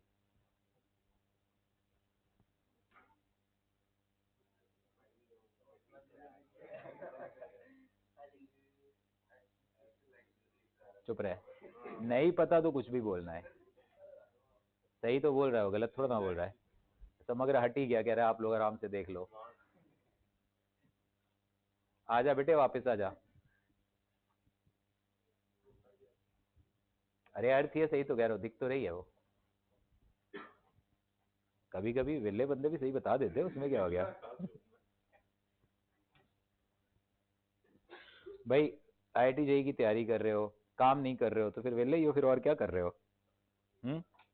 करो बेटे, काम करो, समझो बात को, आप सब कैपेबल हो, बस ये विल पावर बढ़ानी पड़ेगी। जैसे नींद आ रही है, आने दो, पढ़ना है हमें, फोकस करना है, आलस आ रहा है, नहीं, टाइम फिक्स है, पढ़, यही सब असली लड़ाई वही है, और वहां हार खा के आते हैं हम हर दिन, और उसमें हमें अफसोस नहीं होता। नंबर कम आते हैं जिस दिन, उस दिन ऐसे मायूस होते हैं जैसे पता नहीं हमने इसके लिए कितनी शिद्दत से तैयारी करी थी, फिर बड़े अपसेट होते हैं।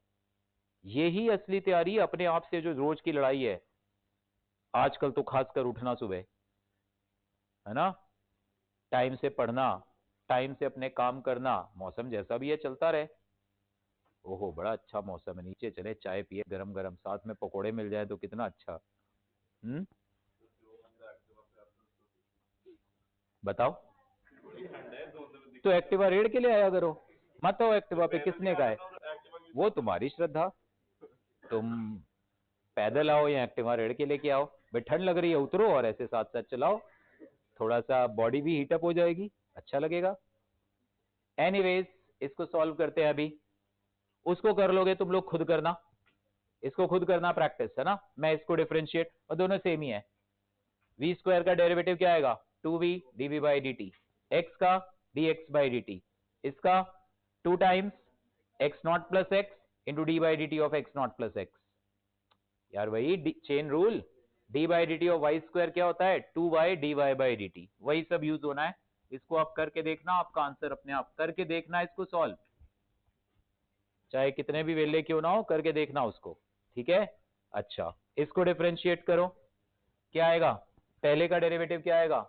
हाफ m बाहर, v स्क्वायर का derivative 2v dv by dt आएगा, ये हाफ i बाहर, ओमेगा स्क्वायर का derivative 2 omega D omega by dt आएगा, ये हाफ k बाहर, d स्क्वायर का 2x dx बाई dt आएगा। This must be equal to 0, क्योंकि टोटल मैकेनिकल एनर्जी कंजर्व है तो उसका डेरिवेटिव क्या होना चाहिए? 0।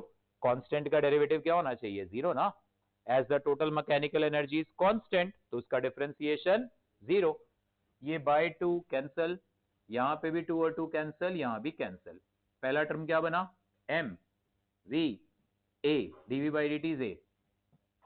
i की वैल्यू डाल दो, ये डिस्क थी, half m r square, omega की वैल्यू डाल दो v by R, D omega by D T alpha है, अल्फा की value a by R plus K X D X upon D T is v equal to 0। ये are square cancel हो गया, ये v, ये v, ये v common ले लो, ये आएगा ma plus ma by 2, 3 by 2 ma plus K x equal to 0 आएगा। वेलोसिटी 0 है नहीं, एक्सट्रीम पोजीशन पे तो नहीं था ना बॉडी, ये तो किसी जनरल पोजीशन, वेलोसिटी 0 है नहीं तो ये टर्म ही 0 होगा, है ना। तो वेलोसिटी तो 0 है नहीं, so this will be 0। So 3 by 2 ma is equal to minus k x, so a कितना आ गया? Minus 2k by 3m times x, that's all. यही मेथड है एनर्जी मेथड, ठीक है। क्या सीखे एनर्जी मेथड में हरनूर?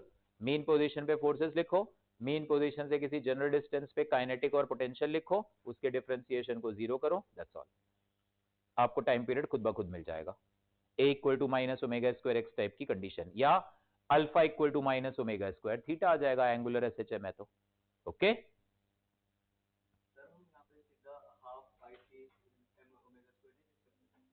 हाफ तो आईसी ओमेगा स्क्वायर ही तो लिखा है। हाँ तो वो होता this plus this is equal to half I about P contact point into omega square, लिख सकते हैं, चलेगा, बिल्कुल चलेगा, ठीक है। क्लियर बेटा संप्रीत? पक्का? गीतांश कर बेटा, रिवाइज कर, बार बार +1 खत्म होते होते, तुम लोग के स्कूल एग्जाम होते होते रिवाइज बार बार करो चीजों को, टाइम देना पड़ेगा, नहीं तो फिर बात नहीं बनेगी।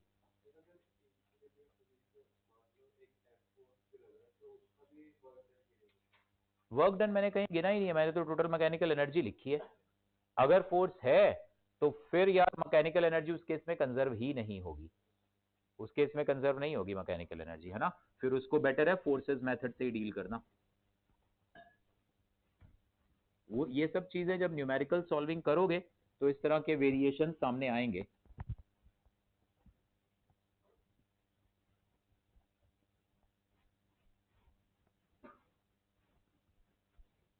लाओ कुछ प्रीवियस ईयर क्वेश्चन करते हैं, मैं सॉल्व करवाता हूं थोड़ा, फिर आपको दो बुक दो प्रीवियस ईयर वाली जरा।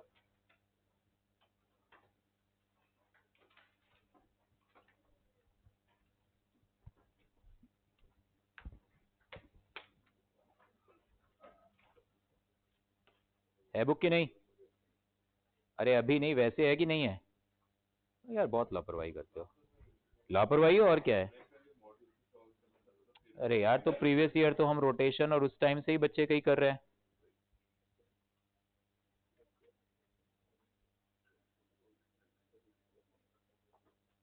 देखो कितने आसान क्वेश्चन है। अब ये जेई मेन का लेवल ही कुछ नहीं रहा बेटे। कह रहा है मीन पोजीशन से कितने डिस्टेंस पर काइनेटिक एनर्जी और पोटेंशियल एनर्जी बराबर है। तो आप लिखोगे kinetic energy is half M omega square A square minus X square, और potential energy half M omega square X square, दोनों को इक्वेट करोगे plus minus A by root 2 answer आता है। आप लोग नहीं चाहते हो खुद ही अपने आप को रोकोगे, नहीं तो कोई और रोकने वाला नहीं है। फॉर्मूला ही नहीं पता होगा काइनेटिक एनर्जी का, half M omega square A square minus X square. Speed कितनी होती है? एक ब्लॉक अगर एसएचएम कर रहा है मीन पोजीशन से एक्स दूर, स्पीड देखा? कुछ नहीं, ऑनलाइन में कुछ नहीं पढ़ रहे होते तुम लोग। Omega under root a square minus X square. तो काइनेटिक एनर्जी और पोटेंशियल, मतलब कराने लायक क्वेश्चन भी नहीं है कहीं तो इसमें। ठीक है, फेज डिफरेंस वाले थोड़े क्वेश्चन होते हैं जो थोड़ा सा लगता है कि चलो ये करेंगे आप। ये क्वेश्चन देखते हैं। एक पार्टिकल, आप करो ट्राई। एक पार्टिकल एसएचएम कर रहा है, एम्पलीट्यूड 5 सेंटीमीटर है। ठीक है, इसका एम्पलीट्यूड है 5। जब ये मीन पोजीशन से 4 सेंटीमीटर दूर है, ठीक है, समझ लो ऐसे ही क्वेश्चन और सॉल्व करो, डायग्राम बना लो। मीन पोजीशन से जब ये 4 सेंटीमीटर दूर है तो कह रहा है इसकी velocity is equal to its acceleration. Magnitude of velocity and acceleration are equal at 4 centimeter. तो इसका टाइम पीरियड बताओ। एम्पलीट्यूड कितना है? 5। जब ये मीन पोजीशन से कितनी दूर है? 4। तो इसकी वेलोसिटी और एक्सेलरेशन का मैग्नीट्यूड बराबर, फाइंड इट्स टाइम पीरियड। इतना इजी क्वेश्चन, बता दो फटाफट।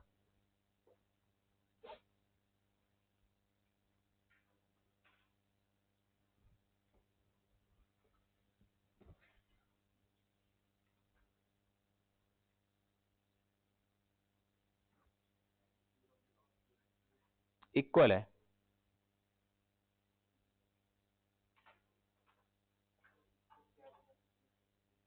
Time period.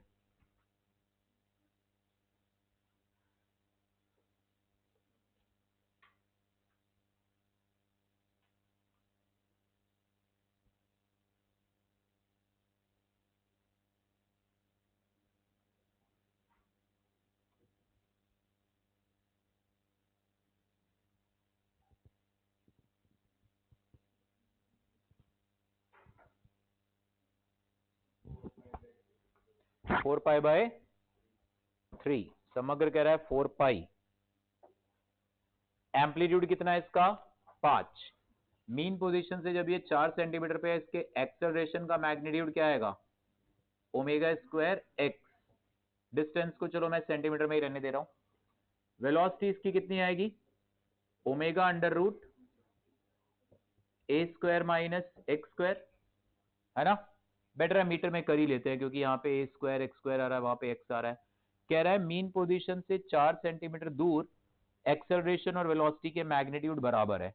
तो इसका मतलब ओमेगा स्क्वायर इंटू 4/100, मैंने मीटर में बदल दिया इसको, है ना, कंफ्यूजन ना ही रहे कोई। सेंटीमीटर था, that is equal to omega times under root a square कितना है? 5 स्क्वायर माइनस 4 स्क्वायर अपॉन कर लो, ये सेंटीमीटर का स्क्वायर था तो इंटू 10 टू पावर -4 करोगे तो अपॉन क्या आएगा? 10⁻⁴। ठीक, एक ओमेगा कैंसिल हो गया तो यहां से आ गया 4 ओमेगा, ये 10 टू पावर 4 रूट से बाहर आके 100 कैंसिल हो जाएगा, है ना? तो 4 ओमेगा इज इक्वल टू क्या आ गया? Under root 5 square minus 4 square आएगा 3 स्क्वायर, ये 3 आ गया। तो ओमेगा कितना आ गया? 3/4। Now omega is 2 pi by t, time period is 2 pi by omega, so omega is this, that is equal to 3/4। तो टाइम पीरियड कितना आ गया? 8 पाई बाय 3। ये आंसर आ रहा है। इतने जेई मेन के ये क्वेश्चन है। ठीक भी है, ऐसी बात नहीं है, ठीक, बस वो ठीक भी बहुत ज्यादा ठीक नहीं है। जेई मेन का मैं कह रहा हूं बेटा लेवल ही नहीं है कोई। और इन बट वही होगा, मतलब कुछ बच्चे फिर इधर थापर भी जाएंगे, चितकारा भी जाएंगे, वही जो पढ़ेंगे नहीं ढंग से। कुछ नहीं है, जो क्लास में कराया अपनी बेटे उसी को बार बार रिवाइज करो, दिमाग में उतरती है बात। फॉर्मूले लिखो, प्रैक्टिस करो क्वेश्चंस को। ये नहीं प्रीवियस ईयर जेईई में एक ही बार करोगे, आप 2-3 बार करोगे तब जाके दिमाग में वो सेट बैठेगा, तब जाके आप करना शुरू करोगे, नहीं तो भूलते हो आप। कल 12th के बच्चों का फुल सिलेबस टेस्ट हो रहा था जेईई का, चौथा फुल टेस्ट था उनका। एक क्वेश्चन था nth सेकंड में डिस्टेंस ट्रेवल्ड, वो अच्छा खासा बच्चा है, उसे nth सेकंड वाला फॉर्मूला ही भूल गया हुआ था, डिराइव करने में लगा था, वेस्टेज ऑफ टाइम। अभी देखो पारस तुरंत बताएगा, nth सेकंड में डिस्टेंस ट्रेवल किया था ना, देखा तुम लोग भी गए, यही हाल तुम लोग का भी होगा, तुम लोग भी अगले साल वहीं खड़े होगे। u plus A by 2 times 2n-1 n, हाँ nth सेकंड में डिस्टेंस, अनुष्का नहीं याद क्या बेटे, u plus A by 2 times 2n-1, नहीं याद है ना, देख ले सबको नहीं, हैव कॉन्फिडेंस, अपने ऊपर विश्वास रखो और कीप ऑन रिवाइजिंग। कोई नहीं, इस महीने करेंगे रिवाइज, वेव्स एंड साउंड धीरे धीरे खत्म करते रहेंगे, बट अभी फिलहाल आप एसएचएम पूरा तैयार होना चाहिए मंडे को आपका, ठीक है, मंडे तक एसएचएम पूरा रेडी होना चाहिए। जो थोड़ा बहुत रह गया है वो मैं लेक्चर भी थोड़ा सा आधे 1 घंटे का, ज्यादा नहीं, वो भी शेयर करूंगा। भाई 3 दिन है आपके पास, फ्राइडे सैटरडे संडे, क्यों ये वेस्ट करोगे। आइडियली अगर एक बच्चा जेई की तैयारी कर रहा है, उसको ये फ्राइडे सैटरडे संडे कम से कम नहीं तो 18 घंटे तो मानो ही, तीनों सब्जेक्ट के 6-6 घंटे। अब बोलो नहीं सर संडे तो हमारा दिन है, तो फिर कर लो मजे तुम लोग, फिर बी प्रिपेयर्ड कि भाई एक एवरेज कॉलेज में जाना है, हम पहले से ही तैयारी कर रहे हैं अपनी। 6 घंटे संडे को 6 घंटे पढ़ रहे हो, बाकी 18 तो तुम्हारे हैं, खाओ ठूस ठूस के गाजर का हलवा, पढ़ो ढंग से, मेहनत करो। ओके, ये क्वेश्चन करके दिखाओ, ये एक सिंपल हार्मोनिक मोशन है, x equal to 5√2, it is 5√2 into sine 2 pi t plus cos 2 pi t, sine 2 pi t plus cos 2 pi t. जरा इसका एम्पलीट्यूड बताओ कितना है एसएचएम का, फेज वेज सब याद है ना अच्छे से, सर्कल से कंपेयर कराना। तुम लोगों ने वो एक्चुअली लेक्चर का यही ड्रॉबैक है, बस वो ना वो ढंग से करते ही नहीं हो रिवाइज, फटाफट 1.5x और पक्का कईयों ने तो 2x पे चलाया होगा, कवर्ड है sir. What is the amplitude of this SHM, क्या होता है फेज प्रमेर, गायब है, सब गायब है, क्या यार वो ना ऐसे थोड़ा ना बेटा तैयारी होती है। निपटाया तुमने भी लेक्चर, कवर करेगी नहीं, हाँ तो फिर फेज तो बताया था उसमें, सर्कल से रिलेट करके नहीं था, projection of uniform circular,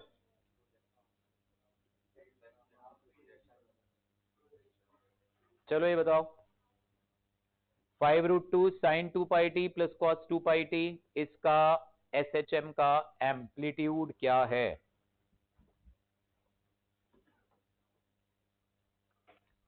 What is the amplitude of this SHM?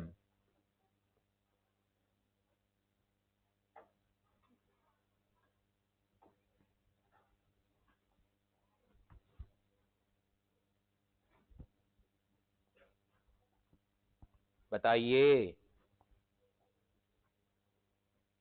बताओ, मैथ्स का एक क्वेश्चन है सिंपल सा, देखते हैं यार, इसका कोई पढ़ा नहीं है मैथ्स में, ऐसा एक expression a sine theta plus b cos theta, कैसे सॉल्व करते हैं इसको, √a² प्लस b² से मल्टीप्लाई और डिवाइड करो, यहाँ पे इसका कोएफिशिएंट भी 1 है, इसका कोएफिशिएंट भी 1 है, तो √1² प्लस 1² √2 से इसको मल्टीप्लाई डिवाइड करो, तो ये क्या आ जाएगा, x इक्वल टू √2 से मल्टीप्लाई करोगे बाहर बन जाएगा 10, √2 से डिवाइड करोगे तो क्या आएगा 1/√2 sign 2 pi t plus 1/√2 cos 2 pi T, ये आएगा।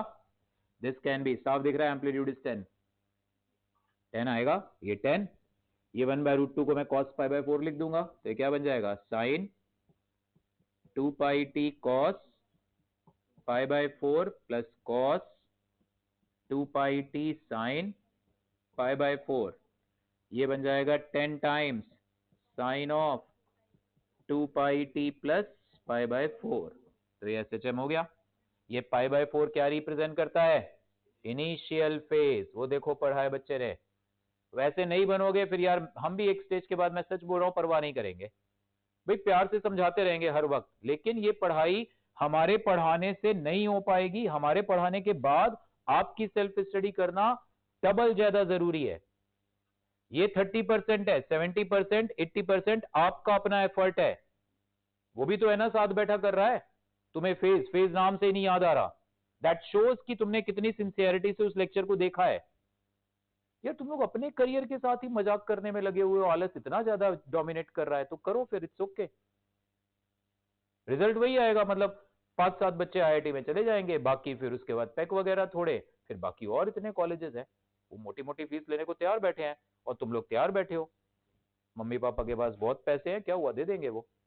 IIT में जाओगे 10 लाख लगेंगे, थापर जाओगे 30-40 लाख लगेंगे, बिट्स में जाओगे 60-70 लाख। बिट्स फिर भी ओके है, बिट्स का रेपुटेशन हाई है, वहां देना फिर भी वर्थ है। बट नहीं, आप तो और कॉलेजेस में। अब तो मुझे लग रहा है चित्कारा वगैरह की भी फीस कम से कम, नहीं तो मुझे आइडिया नहीं है, 15-20 लाख तो होगी, आई डोंट नो। IIT की 10 लाख है 4 साल की। बट यू आर रेडी, ठीक है भाई, बहुत पैसा है हमारे पास, हम तो प्राइवेट कॉलेज में जाएंगे, हमें वो चाहिए ही नहीं है। 6 घंटे नहीं निकाल सकते यार सेल्फ स्टडी।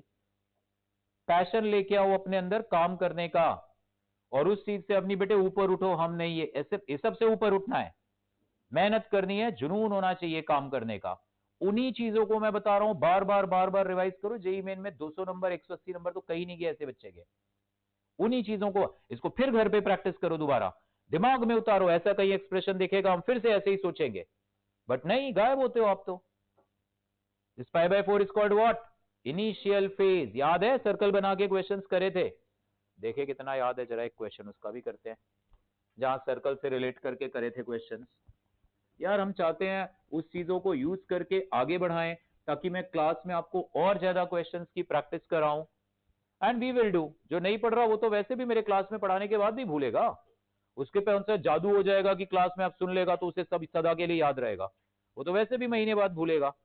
तो ऐसे ही सही भूलो फिर, लेकिन उसके चक्कर में फिर औरों का नुकसान नहीं होने देना है, इसलिए पढ़ो सिंसियरली। ठीक है, ये क्वेश्चन जरा करके दिखाओ मुझे। ये 2 पार्टिकल SHM कर रहे हैं ऐसे, इस तरह से, दोनों का SHM बिल्कुल आइडेंटिकल है, बिल्कुल identical. Time period same, amplitude same, सब कुछ same, everything is same except for initial phase. ठीक, ये ऐसे SHM कर रहा है, ये नीचे SHM कर रहा है। किसी गिवन टाइम पर एक पार्टिकल मान लो अपनी मीन पोजीशन पे था, यहां पे था, राइट को जा रहा था। दूसरा पार्टिकल मीन पोजीशन से a/2 डिस्टेंस पे था, ऐसे है ना, it was at a distance. चलो करते हैं सॉल्व। a/2 डिस्टेंस पे था, और ये पार्टिकल लेटस से ये भी राइट को जा रहा था। कितनी देर के बाद ये दोनों पार्टिकल्स एक दूसरे को क्रॉस करेंगे? ये आगे जाएगा, ये आगे जाके वापस आएगा, तो कहीं ना कहीं ये दोनों एक दूसरे को क्रॉस करेंगे ना। कितनी देर के बाद? इस टाइम, इसको 0 मान लो, t = 0। इस टाइम से कितनी देर के बाद ये दोनों पार्टिकल्स एक दूसरे को क्रॉस करेंगे? करो बेटे ऐसे क्वेश्चंस, प्रैक्टिस करो।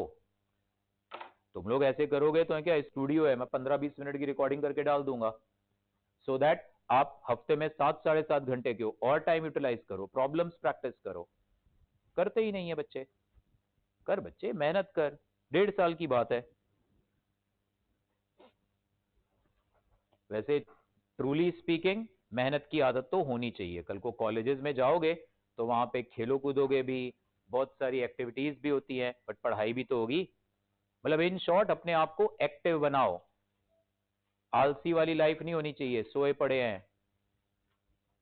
एक्टिव बनाओ अपने आप को, समझ बेटे बात को। इतने सारे क्लब्स होंगे, इतनी सारी करिकुलर एक्टिविटीज होंगी, ऑफ कोर्स पढ़ाई will be the dominant part always, तो करना ही है। कल को जॉब करोगे, कहीं अपना बिजनेस कर रहे हो, कुछ भी है, मेहनत के बिना ऐसे ही चल जाएगा काम मजे मजे में। तो इसलिए हार्ड वर्क की आदत डालो, काम आएगी बहुत। और कॉन्फिडेंस की भी अब नहीं, अपने आप पे विश्वास रखो बेटे। जरूरी है बहुत।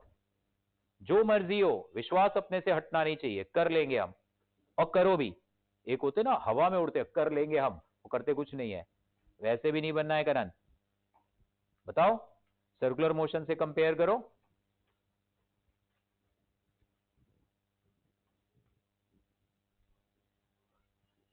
सर्कुलर मोशन से कंपेयर करो इसको।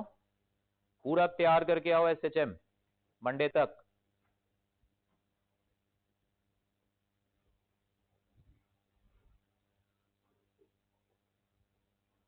नोट्स दिखाओ जरा। एसएचएम के वो जो 2 लेक्चर वाले नोट्स थे, कहां हैं?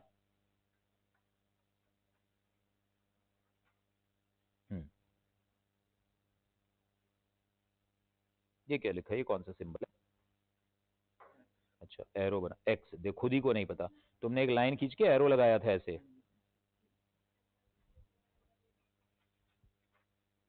देखो ना, सर्कल से कंपेयर करा तो हुआ है पूरा। ये क्या है? थोड़ा सा रह गया था, बस यही आलस है। क्या सॉरी सर? थोड़ा सा नहीं, एक लेक्चर पूरा मिस है। थोड़ा सा रह गया था, दिखाओ बेटे।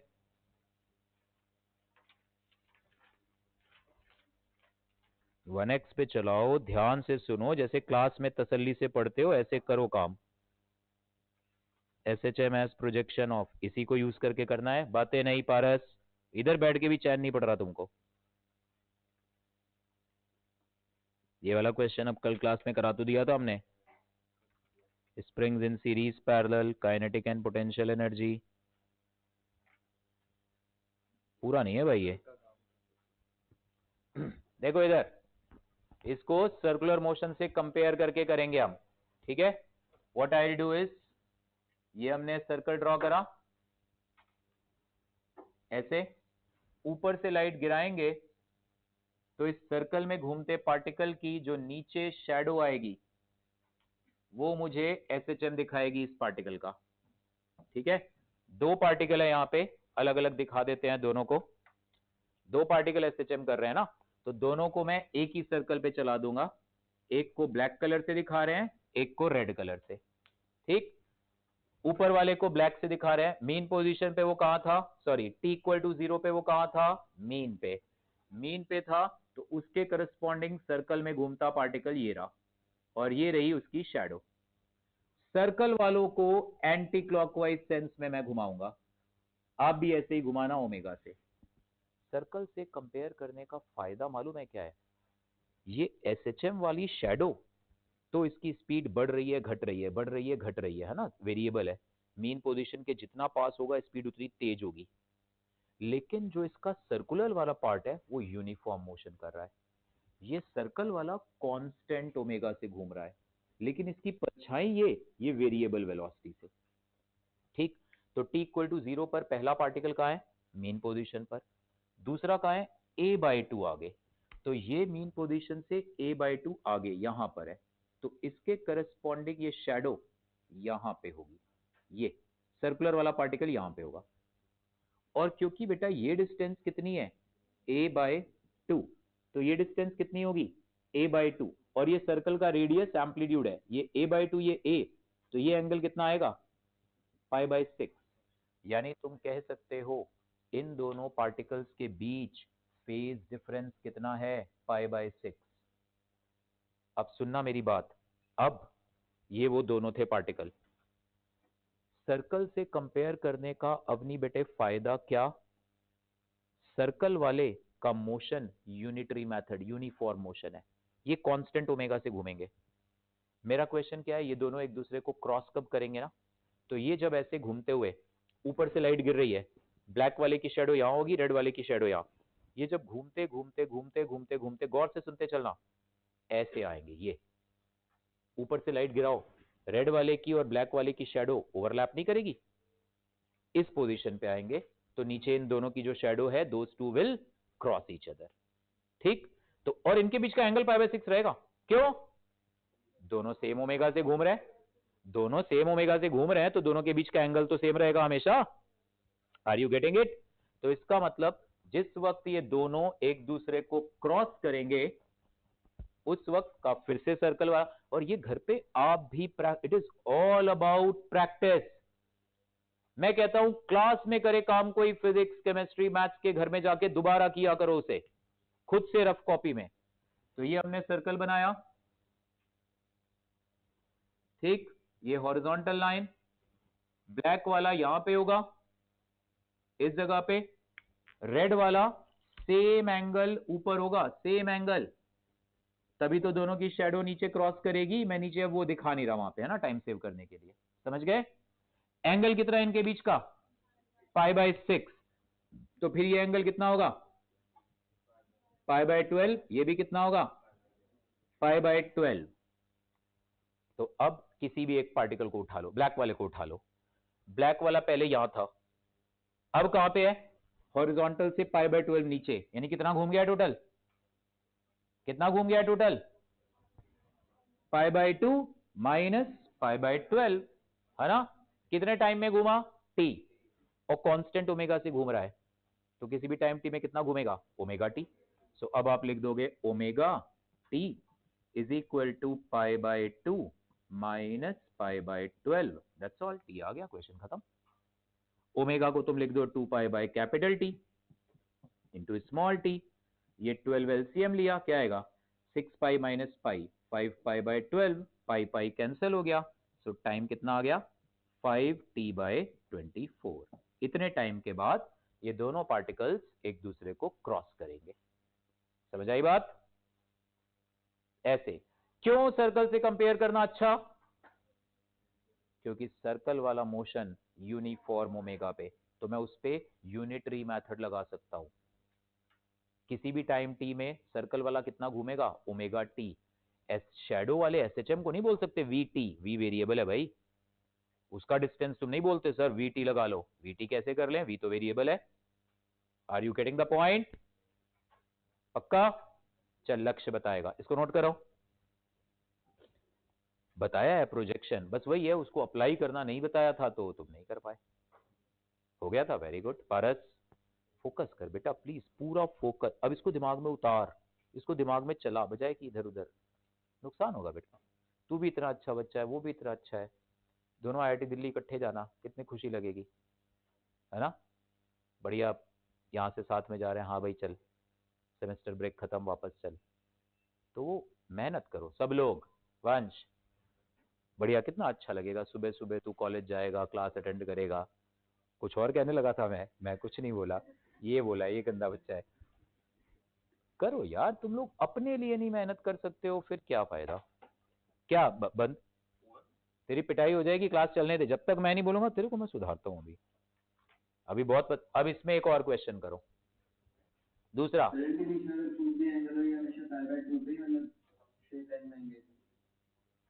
अरे π/12 एंगल है बेटा, अगर इनिशियल एंगल होता पाई इनके बीच का कुछ भी थीटा, तो θ/2 θ/2 पे होते, ठीक है, ये एंगल आधा आधा कर देते। चलो अब ये बताओ,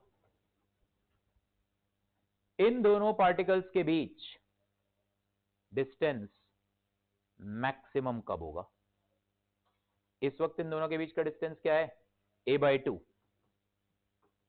जशन, इस वक्त इन दोनों के बीच का डिस्टेंस a/2 जो है, अब ये घट रहा है कि बढ़ रहा है, जैसे टाइम बीतेगा थोड़ा सा dt, डिस्टेंस घटेगा या बढ़ेगा, घटेगा, क्योंकि ये तेज चल रहा होगा, जो पार्टिकल मीन पोजीशन के ज्यादा पास है वो तेज, तो ये तेज होगा, ये स्लो होगा, तो ये इसके पास आ जाएगा, तो इन दोनों के बीच का डिस्टेंस क्या हो रहा है, घट रहा है, घटेगा कभी बढ़ेगा, तो सवाल है इन दोनों के बीच का डिस्टेंस मैक्सिमम कब होगा, लास्ट क्वेश्चन है, बताओ, यही क्वेश्चन है। t=0 पर ये दोनों ऐसे थे, after how much time the distance between them is maximum, after how much time the distance between the two is maximum, cross कब करेंगे, निकाल लिया विनायक बेटे, after how much time distance between the two is maximum, करके दिखाइए इस question को मुझे।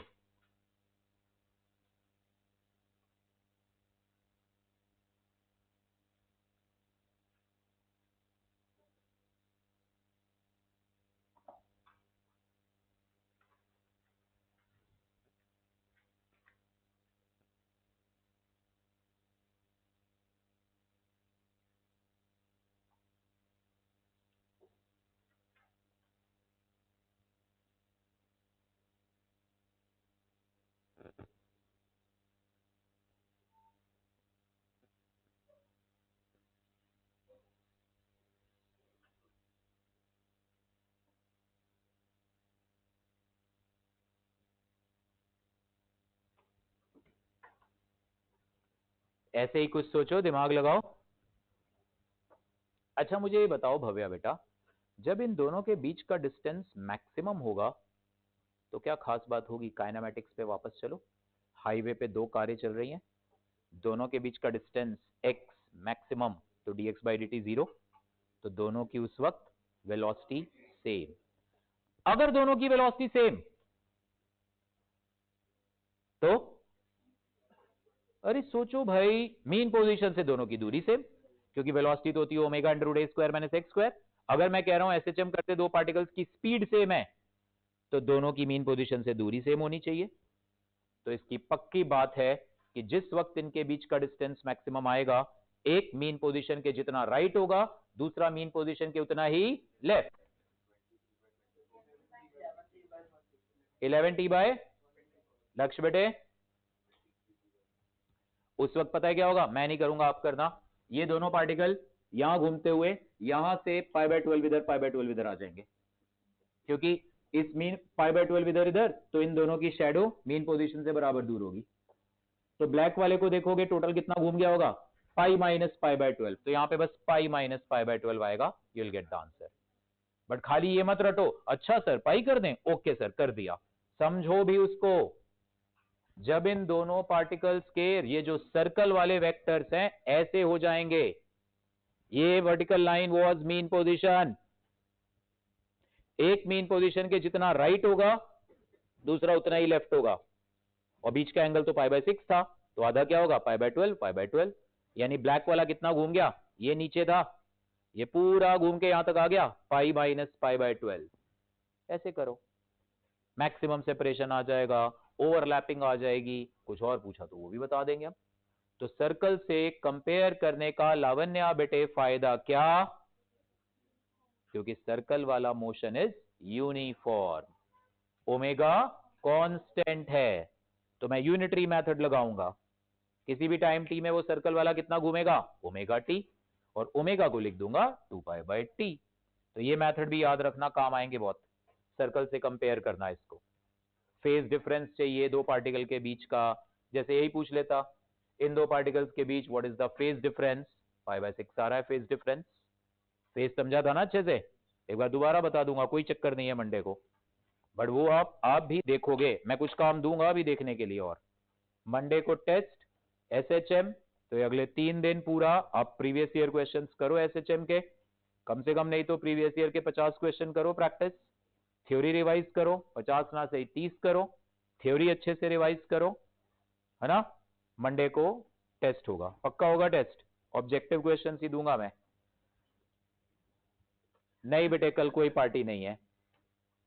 ओके बेटे, पार्टी सिलेबस खत्म होने पे करेंगे, और जिसके जिसके टेस्ट में नंबर 1 कट ऑफ से ऊपर आएंगे सिर्फ उन्हीं के साथ, या जिनके कट ऑफ से नीचे आएंगे उनके साथ।